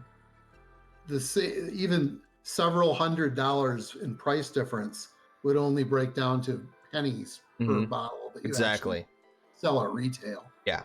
So it just wouldn't add up to a significant saving. And honestly, the second biggest savings is in your bottle. It's in the bottle that you get. I know a friend of mine who used to have a company based here in Michigan, really local, good friend of mine.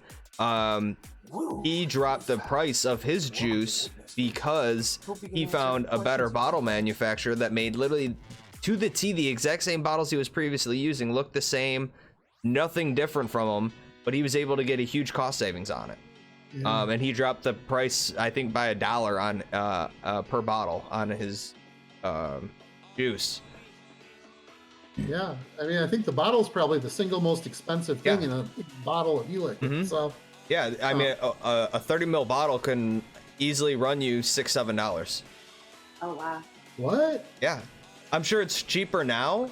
And it also, again, is going to depend on how much you're ordering of it. But yeah, I've seen it priced out as expensive as that when we were looking for our bottle manufacturer. Holy shit. Yeah, that was a company who was more, I think, selling to the DIY people than like actual companies. So when they did their bulk, they didn't properly adjust their pricing. But someone else brought up earlier, and this is a point I actually wanted to bring up, was prior to vaping being around, teenagers were seeking out Newports and, you know, still getting their hands on cigarettes. And that was something that I wanted to bring up, is in this situation, let's say that vaping never was invented, vaping never became a thing or never became mainstream like it has. You also need to look at society and the way parenting is these days, and the way that kids are being raised and the freedoms that they have. Who's not to say that if vaping never came around, that we wouldn't be in the same situation, but with cigarettes, to where there'd be all these underage, teenagers getting addicted to nicotine through cigarettes and chewing tobacco and cigars and all that, or hookah. One point that I hear it a lot, and it's not really a good one to really make when you're fighting something legally, but these teenagers, if they want to smoke cigarettes, if they want to drink, if they want to vape, they're going to find a way around whatever regulations you put in place to get their hands on it. Sure. I remember when I was underage and I had people buying me cigarettes and chewing tobacco and alcohol. I mean, there's nothing the government can do to control someone else buying it for someone. They can put in these age regulations and they can do their best to keep an eye on it and, have people report it if they know that it's happening, but it's still going to happen behind their backs. Mm-hmm. Yeah. Well, I mean, cigarette smoking has been declining among teenagers since the 90s, but I'm sure that there would be more smoking if there was no vape. One of the things that I found really interesting when I was looking into this, just the epidemiological trends in teenage smoking in the United States, is there's an artificial inflation in the 90s, and tobacco control people theorized that was like Joe Camel and this and that, and maybe that was part of it. But I mean, I think that it was like Nirvana and just sort of like the culture, which everyone was just pissed off and smoking, and it's probably some combination, but in any respect, there's sort of a mountain that happens in youth smoking, and it was going up, and then tobacco control laws started getting very strong at around a certain part, and it started coming down. And I think people in tobacco control have done lots of studies that they designed themselves to show that their things worked, and I think that their techniques did work to a certain extent. I also think that we have a expression in statistics regression towards the mean. So you have the idea of any kind of abnormality usually goes back to the average. And that's sort of what part of this was. And it was really interesting because I was reading, I think it was a National Academies of Science report on this. And it was in 2007 that they read this. So right before vaping happened.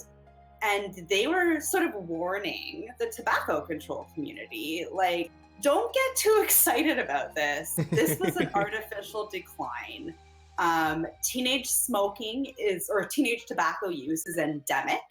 And it's quite likely that what's happened here is a mixture of an artificial decline plus we're kind of starting towards the recession. Kids were staying at home longer and not doing as many bad things as young. So that's sort of part of why that's happening. People were delaying taking up smoking or experimenting with smoking. A lot of people were smoking in the 90s, more than normal. And when you look at the trends of tobacco use, and not just cigarettes, because cigarettes have gone down a lot, but when you look at the trends of tobacco use, it's really not that dramatic. I'm looking right here at my screen, and I've got 1999. Tobacco use overall was 34.8% of the youth population. Last year, when everyone freaked out, it was 27.1. The only 2 years where it was significantly lower than around 25 to up was 2 years before the 27.1. That's when vaping was still having a heyday. That vaping was getting huge in 2016 and 2017. Yeah. Use of all tobacco products were down, but what's happened here is that the market's gotten leaner. So you have kind of the minority of youth that have always, I don't think there's ever been a time where young people didn't use tobacco in America. And I think that part of this thing when we artificially, and it's not us, but when the public health community, for example, focuses on oh yeah, tobacco is going, or cigarettes are going down, but vaping is going up and we have a new epidemic. And they neglect their trend, which is that like, this is actually quite normal. And what's happening is kids are experimenting with something that's not going to kill them if they do develop a dependency on it. Yeah. And people ignore the fact too that experimental people, and I mean tobacco users to a certain extent, use different products. So a lot of kids aren't, smoking, and that's actually kind of unusual. Like cigarettes have really been the only product that people will use exclusively. People are usually either they'll use every tobacco product in the world, and they or they only smoke cigarettes, and they smoke a lot of cigarettes. Vaping is becoming that, and that's a good thing. So, Amelia, you want to talk about the Clive Bates, Oliver Kershaw theory of why teen smoking declined? I think I stole it. It was the phones. The phone. Yeah, our friend Ollie thinks it was because of because of cell phones. So kids are holding their phone, so you can't hold a cigarette. They're always dealing with the phone. There is some data. There's certainly a correlation. I think it's a good theory. I think that it does have something to do with stigmatization of tobacco. I think that tobacco has kind of left respectable society. I think that tobacco use as a teenager, or smoking especially as a teenager, became more of a counterculture thing. So you're automatically going to get fewer kids doing it. But I also think too, and this is the other thing, is like with all of this, freaking out about juuling, and this is why I think the industry is actually kind of dumb to support Tobacco 21, is that like people are just starting to smoke or vape older, and you're not gonna get kids who are in college not to vape if they want to vape. They're gonna vape. So, the second you start bringing in Tobacco 21 as if that's gonna save anything, it's not. Stuff could go up. It opens up your like population that you're not that like isn't supposed to be using your product that probably will. Yeah. And then if that doesn't work, it's just like, well, we tried that, now we ban everything. Yeah. So I think that's a bit of a shit. We got a raid. There must be a juice sale, guys. Whoa, TS Alley Cat coming in with a raid of 9 people. Thank you, Alley. Appreciate that raid. And how was your stream?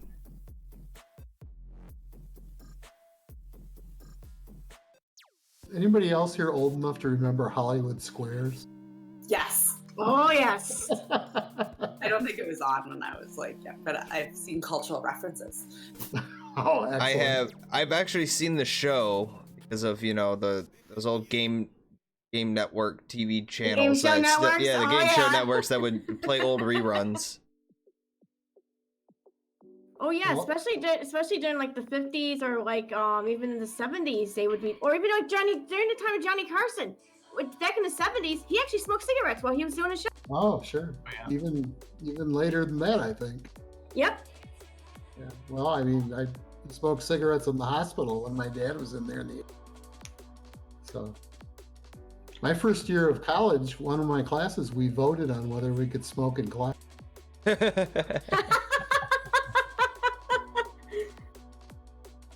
I smoked in drama class. We were allowed to, and I'm, not that old. Like, I don't think that would happen now, but it wasn't that long ago. And this is like, it's not even a drama production. Like, we're not even performing to anyone other than the class. It's literally just a class of 20 kids. It was French drama. And so in one of our skits that we wrote, we decided that a character should smoke. And we smoked in the freaking classroom. Yeah. While we were rehearsing the thing. Like in every scene, somebody would smoke the cigarette for the scene. And then we did it in the presentation, in front of the teacher. Nobody, it was just kind of like, well, it's the drama class. And that's allowed. And I just, I know that people would get fired for that today. Oh yeah. That's true. That's true. Well, Yeah. maybe not. In a lot of cities where smoking has been banned indoors, there is typically an exemption for dramatic productions. That So I would I say am aware of. But I think in a high school drama classroom. Okay, yeah, high school. That might Yeah, cause- high school is a little different. But that brings up a great point. Welcome to the Vape Army. Is that and TS Alleycat coming in, and why did that show up 3 times? Subscribed at tier 1 for 5 months. Thank you, Allie. I really appreciate that. Yeah, I don't know why it showed up 3 times. But everyone in the vaping industry, so I've got two points here that we can discuss. I don't think anyone who's really into the vaping industry and the community is naive enough to say that vaping doesn't have any, repercussions whatsoever, because even though the first vape was invented in 1927, it hasn't been tested long enough to know the exact long-term effects. But we can't go based off of the possibility. Everything has to be based off of what we currently know. And also that now I lost my train of thought and I don't know what the other point was. I can talk a little bit about what you just said. If Yeah, you need go some right time ahead. to Go right ahead. gather your thoughts. This is sort of breaking news as of today. I don't believe I'm reading too much into this statement, but I wasn't on the call, but I read the New York Times article that came out about the CDC briefing. Jim, maybe you can correct me if I'm wrong here, but at some point, Mitch Zeller made the statement that, hold on, I'm going to get the right quote. I'm going to get this right because it's part of our advisory that we put out that I got a bunch of shit for. So, according to an article in the New York Times, public health officials have underscored one fundamental point, that the surge in illnesses is a new phenomenon and not merely a recognition of a syndrome that may have been developing for years, which in other words means that those cases of lung illnesses are unlikely to be a result of long-term use of vapor products. And I think that's a pretty important admission coming from, health officials, that, as it pertains to the current crisis of people getting very sick and dying, this is not something that, people who have been vaping for 9 years, people who have been vaping for 10 years or 8 years or 6 years, it's not a result of that. All signs are pointing to this being a contaminant in a particular segment of products. But to me, that sort of says, this is one of those clues that the FDA is finding that there's not really that much risk from long-term use. I'm drifting out of my lane here. This is more, this is the science and research department, but I do think to some extent this goes some distance to confirming what we believe, which is that the long-term risk of using vapor products, especially for somebody who's quitting smoking, is practically, almost zero. Yeah. Yeah. So what one of the people on the call said, and she was, I believe, the chief medical officer for Illinois, and the state epidemiologist, maybe both. They have a study out today in New England Journal of Medicine, her and the Wisconsin guy together. And it's not a study, it's like a case study of of the situation. But between the people in Wisconsin and Illinois, more than 70 people total, the median age was 19. So Wow. these are not long-term vapors, these are kids. And she said, these are acute problems. These are not problems caused by long-term use. So, but yeah, sorry, So I did think of my other point and something else that I wanted to say earlier. If you look at it, when people bring up the argument that, oh, we don't know that vaping is healthier for you than smoking cigarettes. If you look at it statistically, it is almost, it's not completely, but it is almost impossible for something that only has 4 ingredients that make it up to be worse than something with thousands and thousands of ingredients, most of which are known to kill you and cause cancer and many other health associated risks. Okay, So being I'm gonna able to get- say that it's safer is definitely something that we can say. Oh, Now, it's safe. Yeah. Yeah. I want to argue with you a little bit there. If you want to say that e-liquid only has 4 ingredients, then you really need to say that cigarettes only have 2 ingredients, tobacco and paper. It's the lighting it that causes Right. all those other constituents. And within the 4 ingredients of e-liquid, there's potentially hundreds of chemicals, especially in the flavorings. So I don't like that argument, but I mean, I get your point, but But It I think it is easily debunked. Yeah. Yeah, I But- do think though that like there's a way just to say it just slightly differently, because it's not so much it's the ingredients in smoke to a certain extent, but it's also just the way that that vapor acts on your system versus the aerosols are different, right? Like, I mean, and I'm not a scientist, but like this is like smoke like tears the shit out of your insides. Like those particles are not good to inhale. I mean, the one thing that kind of gets me, and I know that obviously like epidemiological data and all of this stuff needs to happen, and we do have Sweden where they reduced their smoking related death and disease by so much, and they don't see a big difference between tobacco users who don't smoke and the rest. I don't even think they see a difference in a lot of the studies. So that's really heartening. But one of the things that I think people don't understand if they didn't smoke is like they just see sort of the appearance of it, and you look like you're smoking, and they know tobacco, everything is bad. They know smoking, everything is bad. They'll say stupid things like you should only inhale pure oxygen. And like they don't really understand that there's just like pollutants in the air in general and stuff like this. But when you inhale a cigarette, part of what's good about it is how sort of toxic it is. You can definitely experience, like, even just from using it, and then how you feel afterwards. But you're always like, I think my Oliver is somebody that said this to me, and he was absolutely right. Like a friend of mine, but he said like you're always a little bit sick when you're smoking. And you really are, like, kind of like your throat hurts a little bit and this and that. You just get used to it. And one of the things that's really obvious with vaping, and you don't even have to have been a super long-term smoker. It's like every cigarette you have, feel it. Like, it's not toxic, and it doesn't feel toxic like that. And that, I don't think you can really explain that to like people that are hiding behind science and stuff like that. But to I me, don't it's think you really can nice explain it to to anybody who's never smoked or vaped. Well, Yeah, I think that exactly. all of the people that hate vaping should take up smoking. And then try a vape and see how you feel. I'm for it. Yeah, me Deadpool too. Plays, thank you for that subscription, buddy. Appreciate it.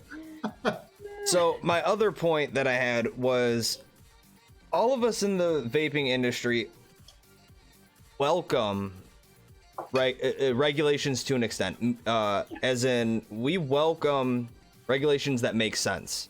Regulations that will truly help with harm reduction and with, keeping everybody safe. But this flavor ban it's pretty much like it's the opposite of that. It's not meant to, Yes. if you look at it, it's not meant to be a way of helping. It seems like, if anything, it's their way of trying to kill the industry. Yeah. Or kill the people. Yeah. I mean, it's like Yeah. all prohibitions, it's going to lead to a lot of unintended consequences, Yeah. including people making e-liquid and selling it on Craigslist and stuff like Yep. that. So, And who knows what they're Mhm. putting in it at that point. Can I Yeah. just ask you, has anyone seen how this case for this crisis was made? Like, I just don't understand how you can declare a public health crisis on vaping when people smoke in Michigan. Like, I don't understand. there's a paragraph in that draft document that Alex probably getting it right now. Yeah. They just go through all the stuff that you've been hearing for the last 2 years. Yeah. Yeah, I mean, it reads like, Emergency. any hysterical preamble to a bill, according to a recent study, 81% of e-cigarette users reported using a flavored e-cigarette at first, or at first use. Let's see, what else? Let's see. The nicotine in these products can rewire the brain to crave a substance and create a nicotine addiction, resulting in, the grammar here is a little fucked up, resulting in brain changes. Oh, no, it's not. Sorry, my bad. Resulting brain changes may have long-lasting effects on attention, learning, and memory. Research has also shown that youth who use e-cigarettes are more likely to start smoking combustible cigarettes, despite the well-known, documented, and often deadly health consequences such as lung cancer and heart disease. So we're just gonna let them. By the way, those brain studies were done in mice. So, and no one cared when it was only cigarettes. I don't know a single person who never smoked cigarettes and then started vaping and then said, you know what? I want to try a cigarette today. Let me try the thing that tastes horrible and smells like crap. I don't know a single person in the world. I don't think there probably wasn't anybody that started vaping that was like, I'll just have a cigarette. It sounds good. Well, I think kids do a lot of stuff, so. I think it's really dangerous that they're conflating the risks of vaping with smoking. Like, I don't think it's going to deter any kids that wouldn't otherwise vape or smoke from doing either. But what I do worry about is that I think kids who vape think it's a lot more dangerous than it actually is, and aren't growing up with like the harms of smoking. And I'm a little bit worried that some of those kids are going to be like, well, what the fuck, I'll smoke. That's really, really bad. Like, we've basically like made kids ignorant of the harms of smoking, and they don't have those direct harms that some of us have seen, like in ourselves and our parents, our grandparents, kind of things, because a lot of these kids are growing up not around people, which is why their parents are so like worried to some extent too. But like, so they don't know.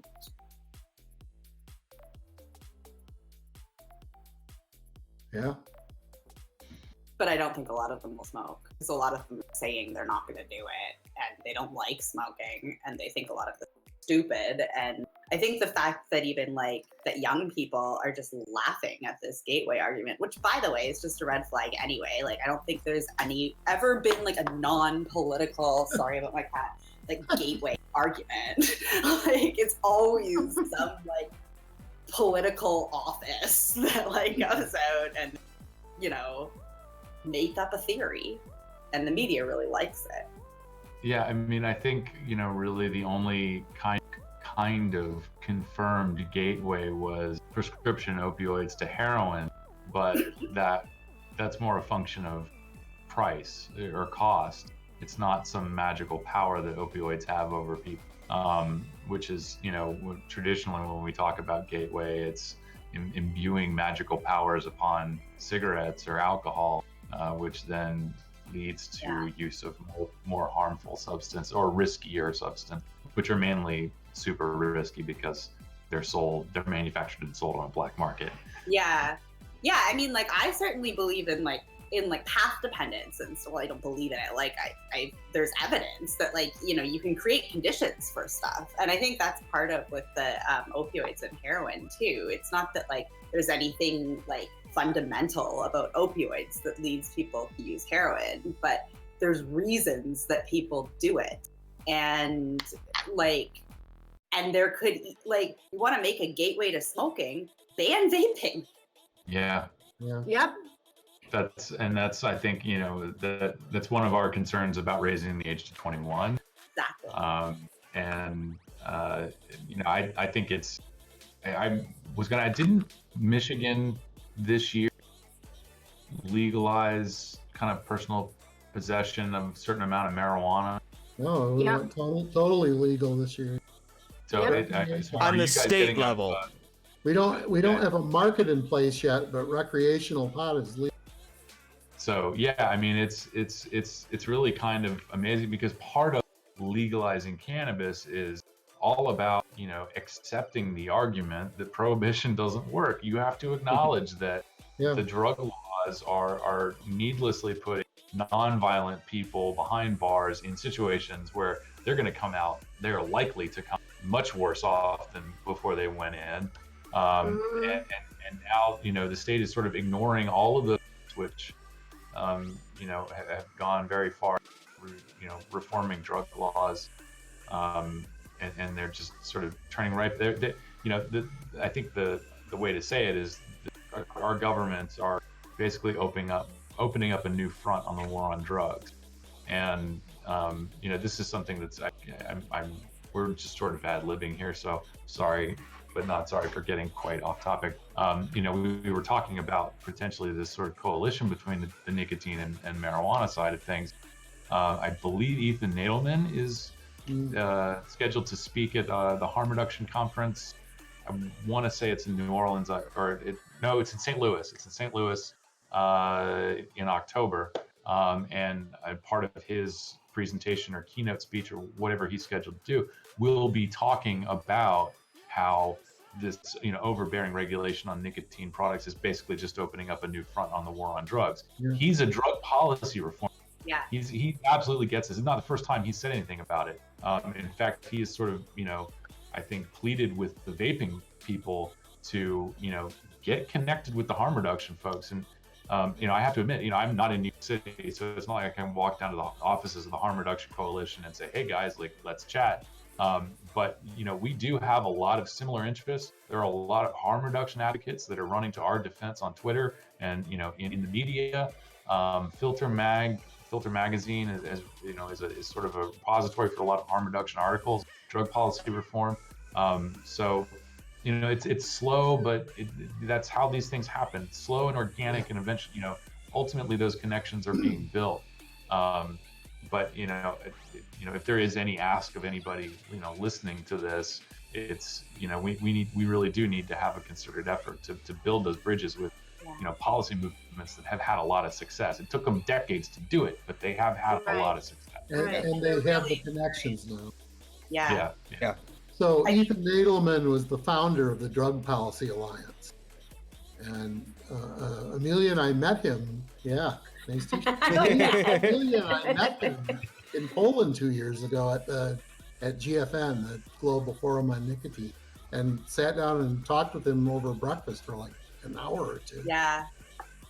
I mean, he was the first person I've ever talked to from outside of the space that absolutely understood a lot of what we were going through. And it's hard to kind of make that point to people because you either sound completely conspiratorial or you're making the case to people that are kind of already involved and swayed by the other side because the space is pretty poisoned and has a lot of special interest in it.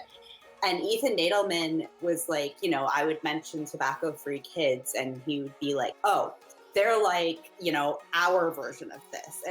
And these are probably I don't think there's really any other than there probably is, but with the drug reform movement, they've had to deal with the same kind of, it's often the same friggin', but who are involved now, but it's kind of a similar thing where they're fighting this PR war against these puritanical,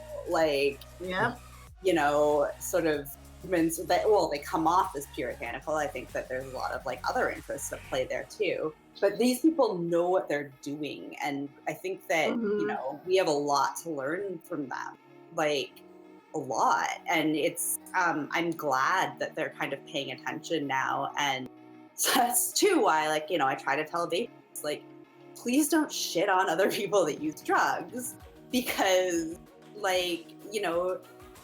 because you're a person who uses drugs and things can change for you. And also because, there are people that we can be working with here who we can probably help them too if we can learn what their needs are and whatever. But it's because we can't do this alone anymore. It is so far gone from what Vapers can handle. It's so powerful and scary. Yeah, the only thing that's going to turn this ship around at this point is a public relations effort. Yeah. And we can't rack up the money to do a public relations effort. So the next best thing hitch our wagon to people who know what they're doing and have experience with this. Yeah, and I wouldn't discount grassroots engagement and stuff like that, but I think that they need. I think that even vapers, like, because the people that we've had to confront and the governments we've had to confront have really kind of been unfair in their dealing with people, and these are people who own like a friggin' store. Like, they don't make a ton of money. You're doing this like partly because you're a hobbyist and partly because you want to help people, but you can't work for free kind of thing. And you're dealing with people that are part of a system that you don't necessarily understand. I don't understand. Yeah. And they know the ropes and they know how it works, and they're kind of exploiting that. And they wrote the rules. Yeah, and I think that it's a human thing to be like, oh, well, maybe we are maybe some people are kind of doing something wrong. We can change this, we can do that. Of course, there's going to be somebody doing something wrong in a big enough community. But at the same time, at a certain point, you need to just sort of say, like, no, like, this is completely unacceptable that you're doing to people. Yep. Like, it's completely unacceptable. Yeah, it's just wrong what they're doing, and we should tell them that it's wrong. Yeah. Oh, yeah, absolutely. And every vapor should join CASAA and donate $5. Yeah. I'm a big fan of CASAA. Yes. You know, if every vapor, how many vapors are there? Figure like full-time vapors, 4 or 5 million maybe. Sounds about right. Yeah, it's probably a high end, but you know, if all of them gave $5 to CASAA, we could hire 10 people. Alex is the only paid employee of CASAA. Well, no, I'm one of 3. We have Kristen, who is our member coordinator. Kristen's the one that puts out the daily heads up alerts. She does a lot of other, maintenance type stuff on our site, updating all of the all of the laws that we're reporting on the state pages. She put all the state pages together. Kristen does an incredible amount of work, and she only does it part time. And then of course our chief financial officer is a paid position. So I'm not the only paid person. Okay, you're the only full-time employee of CASAA, and the reason for that is not that CASAA wants to remain small and poor. It's that we don't do very well at fundraising. Yeah. We don't have a lot of rich constituents either. Yeah, whatever. We don't ask enough. So yeah, donate to CASAA. Donate to CASAA. Do it. Do it now. Yeah, we don't aggressively fundraise in the community. It's you need to hire someone full time to do that anyway. Yeah, I mean that's what organizations do. Yeah, exactly. You pay somebody to get money for you, and the return on that, it can be cents on the dollar. But I think someone had kind of explained it to me one point. It feels kind of disgusting actually to spend that much money on fundraising and only get like 10 cents back. But it's 10 cents you didn't have before. So that's a lot of these big organizations, they're spending a lot of money on fundraising. They're spending a lot of money, they're salary heavy. They don't, they're organizations that are dedicated to research and science, but they can only actually use like 5-10% of what they bring in every year to actually dedicate towards science and research. So, an organization like us, half of what we spend is on the tools that we use to connect people directly to lawmakers. The other half is salaries. Yeah. So, the thing about CASAA is we don't represent industry. We're sympathetic to industry, but we don't represent, vaping businesses. We represent consumers. So we represent their customers and actually their consumers too. So, we're not filing lawsuits.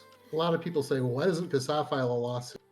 That's not our mission. We're here trying to hook you up with the best information so you can take action. Right. Yeah. So now, who would be the best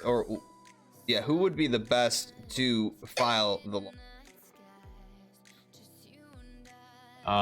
Manufacturers and retailers in Michigan. Yeah. Yep. And that, if that doesn't happen, it's going to be a like someone needs to do that. Like Yeah. it really, this is so bad, and no one should be thinking that this is going to be okay. It's really not okay, and this is a huge emergency. Yeah. Oh, I'm I not- know. I know some people. I know some people in Michigan, and I have some connections here that are heavily into the advocacy who have been saying that, hey, we got something in place. They are working on it behind the scenes. So I have heard some talk. So they have. Oh, I know some people that when they get into action, they get into action pretty quick, and I've seen a lot of that ever since this came out. I mean, people are interested in this. I've noticed a qualitative change just in terms of people paying attention. People don't really pay that outside of like the vaping bubble. Don't pay attention to me on social media. But with the Michigan stuff, people have like been direct messaging me, asking questions and stuff like this. This is like university researchers and journalists and stuff like this. So, you know, there's some interest in this, but really, I mean, the one good thing about if there was, say, a lawsuit, one of the ways that tobacco control has always used lawsuits isn't so much because they want to win the lawsuit. It's because having a lawsuit is a PR opportunity. You know, That's it true. becomes news, and it's an opportunity to shape news. And that's another thing that, like, it's just, we're all amateurs at this. Like, but like, I don't think that even the vaping industry recognizes that. Like, when you have a lawsuit, it's like, yes, you want your lawyers to be good. Yes, you want that side of it to be going, but you need to like use it for like PR. And I think there's a bit of an opportunity here. You always have an opportunity when things get extreme like this, Yeah. because Oh yeah. you can see the emperor has new clothes. If you like, it's just easier to reveal it.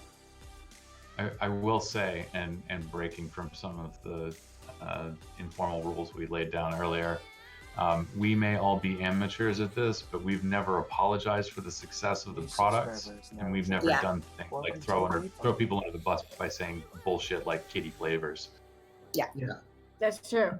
Yeah, and I mean, I think that that's, shit. We got some it's- bitty titties. you know, like, smoking is cool, and there's a lot of reasons people smoke. It's not just because, you know, you're like, and you go through different stages. Like, when you first start smoking, you're not smoking because you're addicted. You're smoking for completely different reasons. You're smoking to piss people off, or because you feel cool doing it, or because like your friends do it, because you want to leave a party, you know. And I think that it's really like the success of vaping is that people like it, and I think we all know that. But you know, people like it because it's goofy and nostalgic, and people like it because they like what a jewel looks like, and people like it for these reasons that aren't like, you know, socially approved by like people that decided it was a good idea to stigmatize a behavior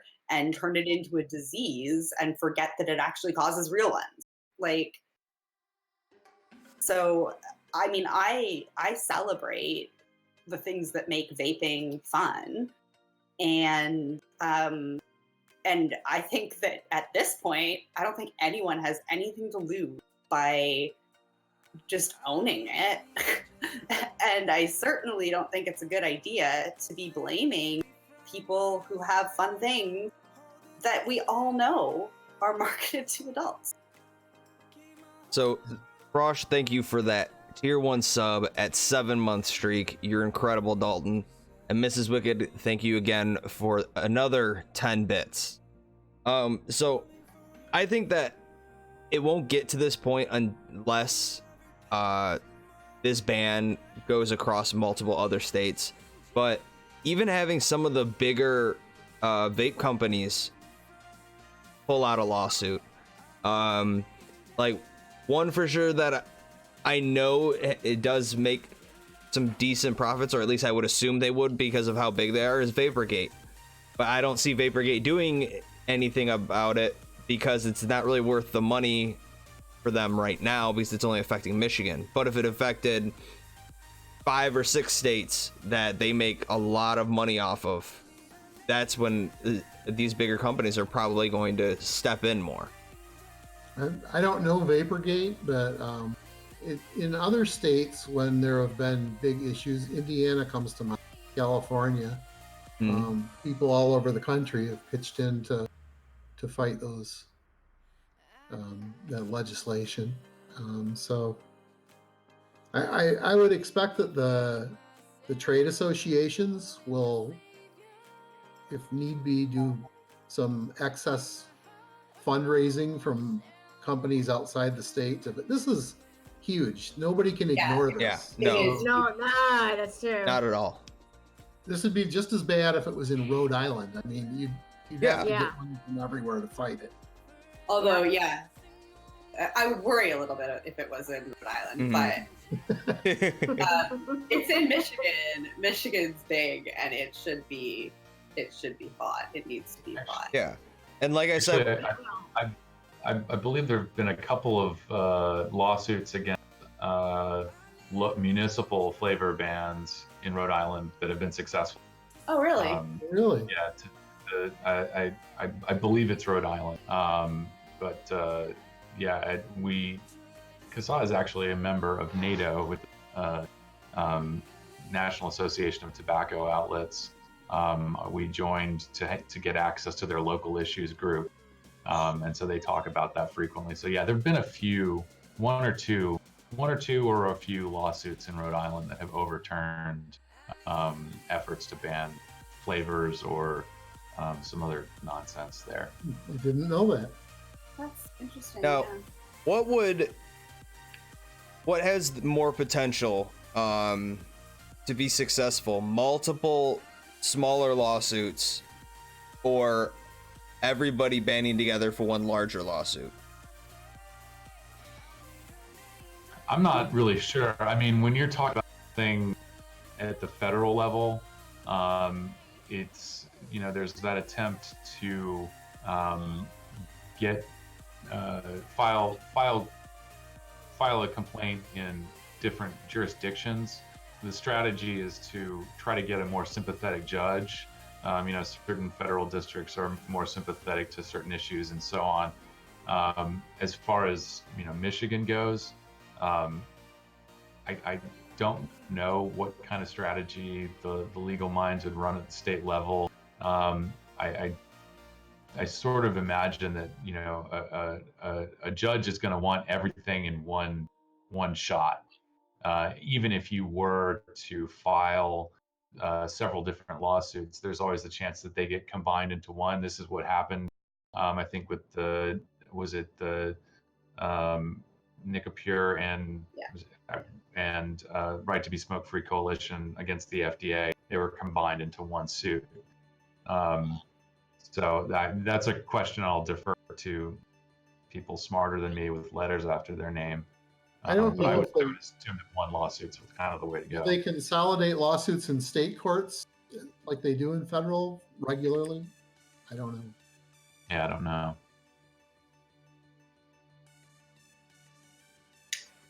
You need to get Greg Conley on next week. Yeah. Oh yeah.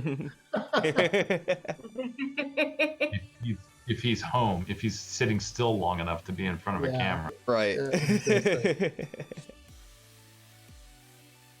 I was the beneficiary of Greg being overloaded with media requests.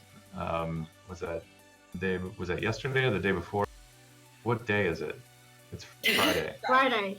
It's Friday. It's been a long week. Oh my God. So yeah, a lot of kind of the smaller market interviews that come to him, he'll toss them to CASAA. We get Greg Conley's table scraps, which is fine. There was something he posted where he got rejected. He was going to go somewhere, like on a show or something, and he posted this, and apparently they said, "Oh, we don't think this issue is not gonna be like, we think it's too hot or too controversial." So he did get a turn down. Yeah. They didn't want anybody arguing against it. It was in Maryland, Montgomery County. Yep, that's right. That's it.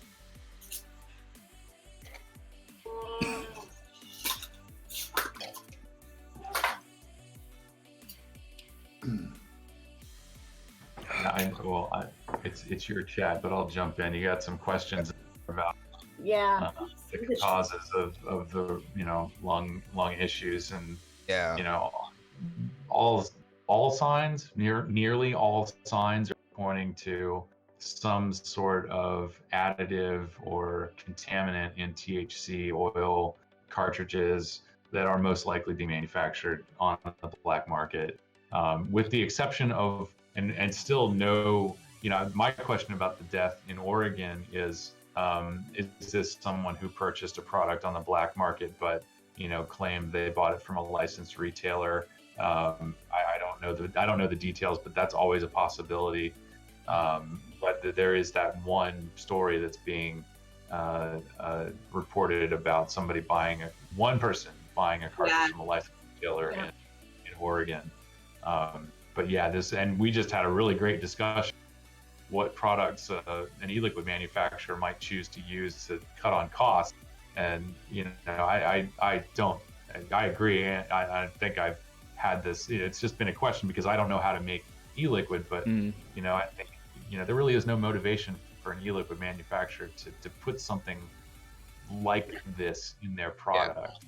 So all signs are pointing to contaminated THC oil. And I think that people, it's really funny. I've seen that question a lot of times, and people have actually asked it to me as if I'm somebody that would have some kind of an answer to it. But we're well over 400 cases now. And a lot, basically all of the ones, as far as I know, that have been identified have been linked to black market, except for, I guess, this one, maybe another one or two, but I've only heard of one. Yeah. And so there's a lot of well, what about that one? And I'm well, there's 500. Or whatever. There's hundreds of cases. That's less than 1%. And I don't know what happened at that one, but I do know that by and large, there's not a lot of motivation for legal manufacturers to fuck with their product. But no way. One store, I don't know. They might have not. They might have been tricked. But I don't know what happened at that one place. I personally wouldn't be vaping cannabis oil, but I'm hypersensitive to that kind of thing. It seems to me this is very much an illicit kind of thing. I think the CDC should be warning against the stuff in general, and I think that everyone should figure this out. But at the same time, I don't think that one product that was purchased at apparently a legal dispensary counts. Have they tested the other products at that dispensary? I'm sure they will. If it's not a legal dispensary, they should be easy. It should be very easy to get the batch, to trace the source, to do the testing on the products, and to figure out what happened. Well, if you have the product that particular product, I'm not sure they do. But yeah, because it all could have been sold and already consumed. But still, if he purchased it at a legal dispensary, they should have records of what they sold and stuff like that. You should at least be able to trace it back. It's a recreational state, Amelia. They don't get IDs on every purchase. No, I know, but you would have your inventory. You would know around when they have to know what it is they can. This person's dead, and I don't know that they provided a product to investigators. So is Oregon the only recreational state where this happened? No. California, but it's all. I know California. Sorry, I meant besides California. Well, let's tell the listeners, California, but in California, it's all in a county that has no legal recreational dispensaries, and in Washington, 0. I believe 2 in Colorado, but they were young people who wouldn't have been able to go to a dispensary anyway. So there's also are there any in Massachusetts? Was Massachusetts on the list? I think there are some in Massachusetts. I should stop saying it's only been in illegal states then. Yeah, and there's also the fear of just people in general not wanting others to know that they are using that type of thing. It could be they don't want their parents to get upset. They don't want their family members to know that they're smoking, whether it be legal or illegal, or even they're they don't want their work to know that they are smoking it, even if it's legal. So they could have easily just said that that made up a lie. And the doctors recognize that. They've said, we don't know, these people who said it wasn't THC, we don't know if they don't know or they're lying or whatever. Yeah. But it looks pretty clear if you're in, let's say, what's one of the big states, Illinois, that has like 30 some cases, and all but 3 of them traced to an illegal THC product, and the other 3 people say, no, I didn't use any THC. Right. Yeah.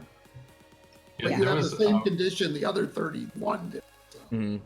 And especially with this being out of nowhere, it's not like this came up in the past. It was all out of the blue, just started popping up type of thing like we discussed earlier. It definitely points towards a contaminant more so than it being like an epidemic type of thing.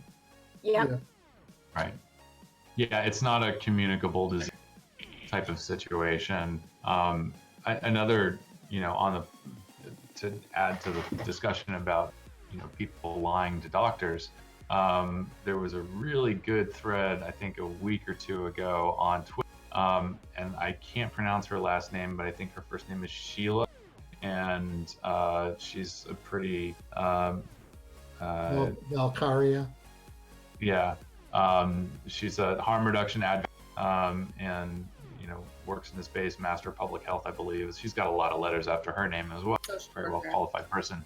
Yeah. But she had a really, really good thread on why people lie to doctors about, consuming drugs. Yeah. And, it really has a lot to do with trust. I was recently, I have my own experience with substance use disorder, and, I got fucked by the insurance company. It's kind of my fault because I did sort of kind of lie when I, applied for the coverage. But, I was encouraged to submit the claim for treatment to my insurance provider. And I didn't want to do it, but the people we have, said, no, you might as well. And of course, within a week, I was dropped from my coverage because the insurance company said that I lied. That to me left a lasting impression and a lasting mistrust of medical professionals, especially anybody in the recovery industry.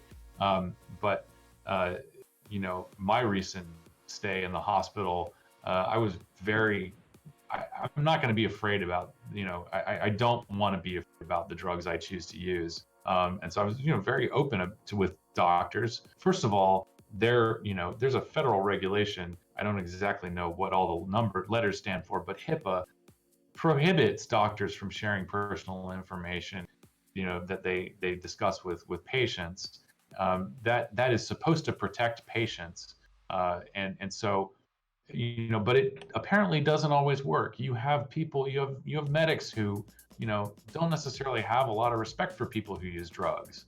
They might be harboring some resentments about people for, putting them in a stressful situation. Oh, now I've got to treat this junkie for doing something irresponsible. So that's always something that I think patients are mistrustful of medical professionals, and doctors really, I think, need to work a little extra hard to earn that trust from patients. So it really should not be a surprise to anyone that people showing up with these lung diseases are not being completely open.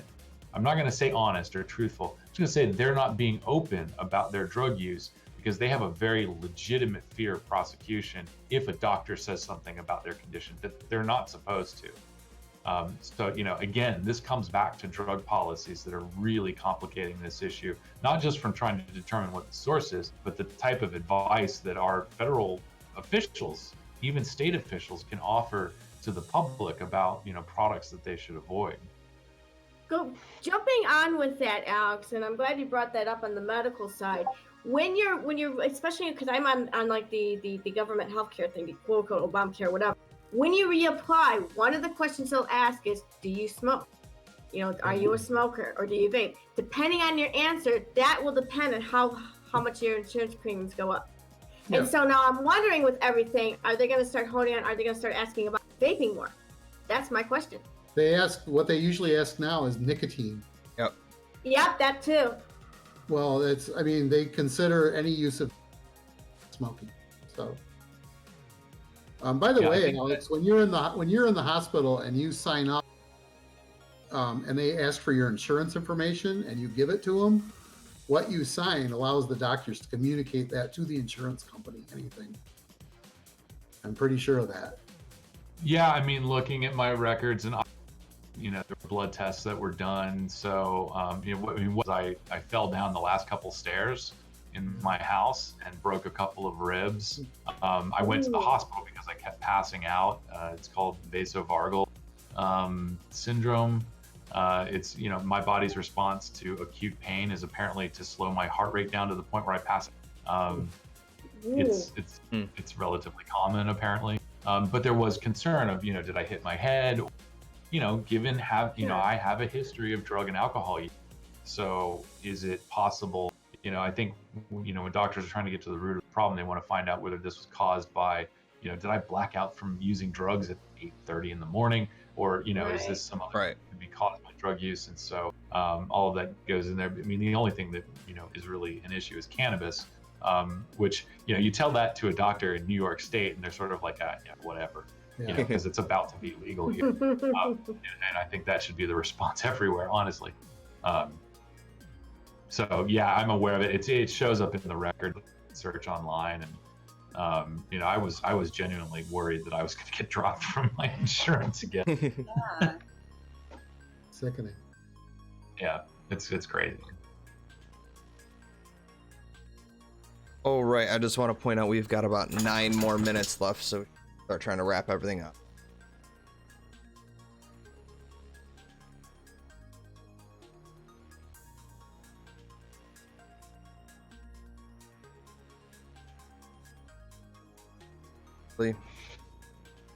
I don't even know where to see the chat. Yeah, me neither. You gotta be on Twitch. Yeah. Oh, that makes sense. I feel very old right now. I feel 25 years older than you. So I may be committing some sort of blasphemy at this point, but the only reason I joined Twitch was to get tips and tricks on how to be better at Fortnite.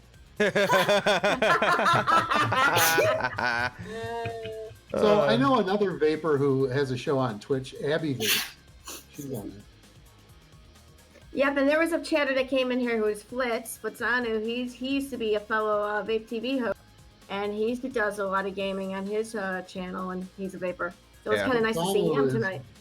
He's an OG vapor. He's from like the first generation of vapors. So one thing that we briefly touched on, and I think that maybe we can go a little bit more in detail on, is what different negative consequences you guys can foresee after this ban. Oh my god. And loss of businesses. Businesses closing. Like I said, the reason why I'm so passionate about this, because I personally know a couple owners in my area, and I know how passionate they are. Every time I go in there, we talk to politics. We talk about everything. And yeah, he does have a backup, but I would hate to see his business close because he's one of the good guys. Yeah. I mean, they're all good guys in my book, but they will close if they depend on sales in Michigan a lot. Yeah. So, Yeah. Now I don't have an answer yet on whether they'd be able to manufacture and ship out of state. I don't think they would be able to if there's a law that says possession of 4 bottles of product. Yeah, and then the other laws would prevent them from picking up shop and moving their base of operations out of state, I believe, because that would require them to come out as almost a new company. Yeah. I think they can move. I know, as long as you're not changing the product, or making, I think, significant changes to the packaging or the formulation of your liquid, it's not a new product. If you're just relocating to a different state, that's not going to trigger a PMTA. You would just have to update your registration with the FDA with a new address. Yeah. Okay. But yeah, I mean, that's not really even a solution either, because whereas the business owner might have that luxury, not really a luxury, but they might be able to do that. Their employees, families, their own connections to the community. That's not something that moves with. Right. So it's a really hard position to be in. Yeah, it's just pure. And plus, I mean, let's say everybody moves to Ohio. Can Ohio support all these additional businesses? I don't know. Who knows? Pichu Creepin says that she lives in Arkansas and she cannot order anything online. That's right. Arkansas and Utah can't do any. Yep. And Vermont. Oh, and Vermont now. Yep. Yep. Yeah, Vermont had the trifecta. They enacted a 92% tax, 92% wholesale tax on vapor products. They raised the age to 21 and they banned online sales. Yeah. I mean, I think that the thing that is like what's going to happen here is whatever happens, like it will set a precedent to a certain extent. Basically, it will either be shown as not okay and they'll embarrass themselves, or if it goes through, that's really, really, it normalizes criminalizing the act, it normalizes criminalizing consumers, it normalizes shutting people's businesses down because of a fucking flavor. Like, it's so dangerous what's going on here, and it's like I didn't hear about the one, is it New York, Alex, where they tried to do something similar to this, so we're told no. But like, I mean, that didn't even really make it up. Like, they've made a big press deal about this. Everyone's now watching what's going to happen in Michigan. It's getting a ton of coverage, and if this goes through even for like a second, it is such bad news. Like, I mean, let alone like all the people that, like, Michigan has a really high smoking rate. Like it's well over the national average, and it's just it's so out there what they're trying to do. But if they do it, we're in so much trouble. Oh yeah. It's bad. Yeah, I'll say, I think I'm going to end up echoing points made, but it's. The independent retailers have to shut down, which is not just a loss of access to products, but there are other resources available at a vapor shop. The most obvious one is expert instruction about this crazy variety of products that people can find the right one that works for them. But also there's that sort of community-based peer-to-peer support that happens in a vapor shop, particularly among someone walking in off the street who wants to try vaping for the first time, and another customer is there offering them advice and their own testimonial. So that goes away. Also, definitely. I mean, we don't have to wait for it to be enacted for it to start having some sort of influence on other communities. Next week, Yonkers, New York, is going to be starting the process of fast tracking a flavor ban. Yonkers is a community of over 200,000 people just north of New York City, which is way too close to New York City for anybody's comfort. This is now, I think, the third or fourth jurisdiction in New York State that has that is seriously considering a flavor ban ordinance. We've had a couple at the county level. Manhattan, New York City, the 5 boroughs may be looking at some sort of ordinance. I would not be surprised if this is all getting a lot more serious without any additional people outside of California actually enacting these things. And I think the big tragedy here is that people are going to go back. I would this is part of the advisory that we put out tonight. First of all, this was directed at people who might be just way too freaked out about what they're hearing in the media, and are probably, they're right at that point where they're saying, I'm done with vaping, I'm going to go back to smoking. I would, really, part of our role here is to jump in situations like that and say, hey, before you go back to smoking, there are still a lot of other smoke-free alternatives out there that don't involve inhaling anything. There are smokeless tobacco products. There are the nicotine pouches. Even the pharmaceutical nicotine replacement therapies. Try any of that first before you make the decision to go Right. buy a pack of cigarettes. Mhm. You know, I think that's probably one of the most important messages here, both in relation to the inhalation issues, the lung injuries, and people who are facing potential flavor bans that could wipe out the vapor industry in their city or state. All right. Yeah, Well, anybody have Oh. anything else? I was just going to say, once you go back to smoking, go ahead and do it for a week. It'll be just as hard to quit as it was the last time. Yep. Yep. Absolutely. Absolutely. All right, well, I think that is going to draw to a conclusion, and we can pick this topic up again and speak more on it next week. Hopefully by then we'll have some more information. I want to thank all of you guys for being on here with me tonight. It meant a lot, and I think a big thank you to all of the viewers who showed up and all the support, all the follows, the subs, the bits, everything like that. Greatly appreciated. I'm going to go ahead and hand everything over with the raid to my buddy Royal Heritage, big Call of Duty player, huge entertainer. Go tell the king I said hello.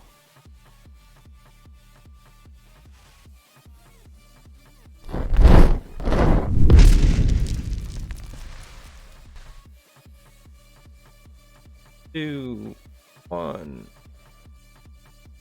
There we go.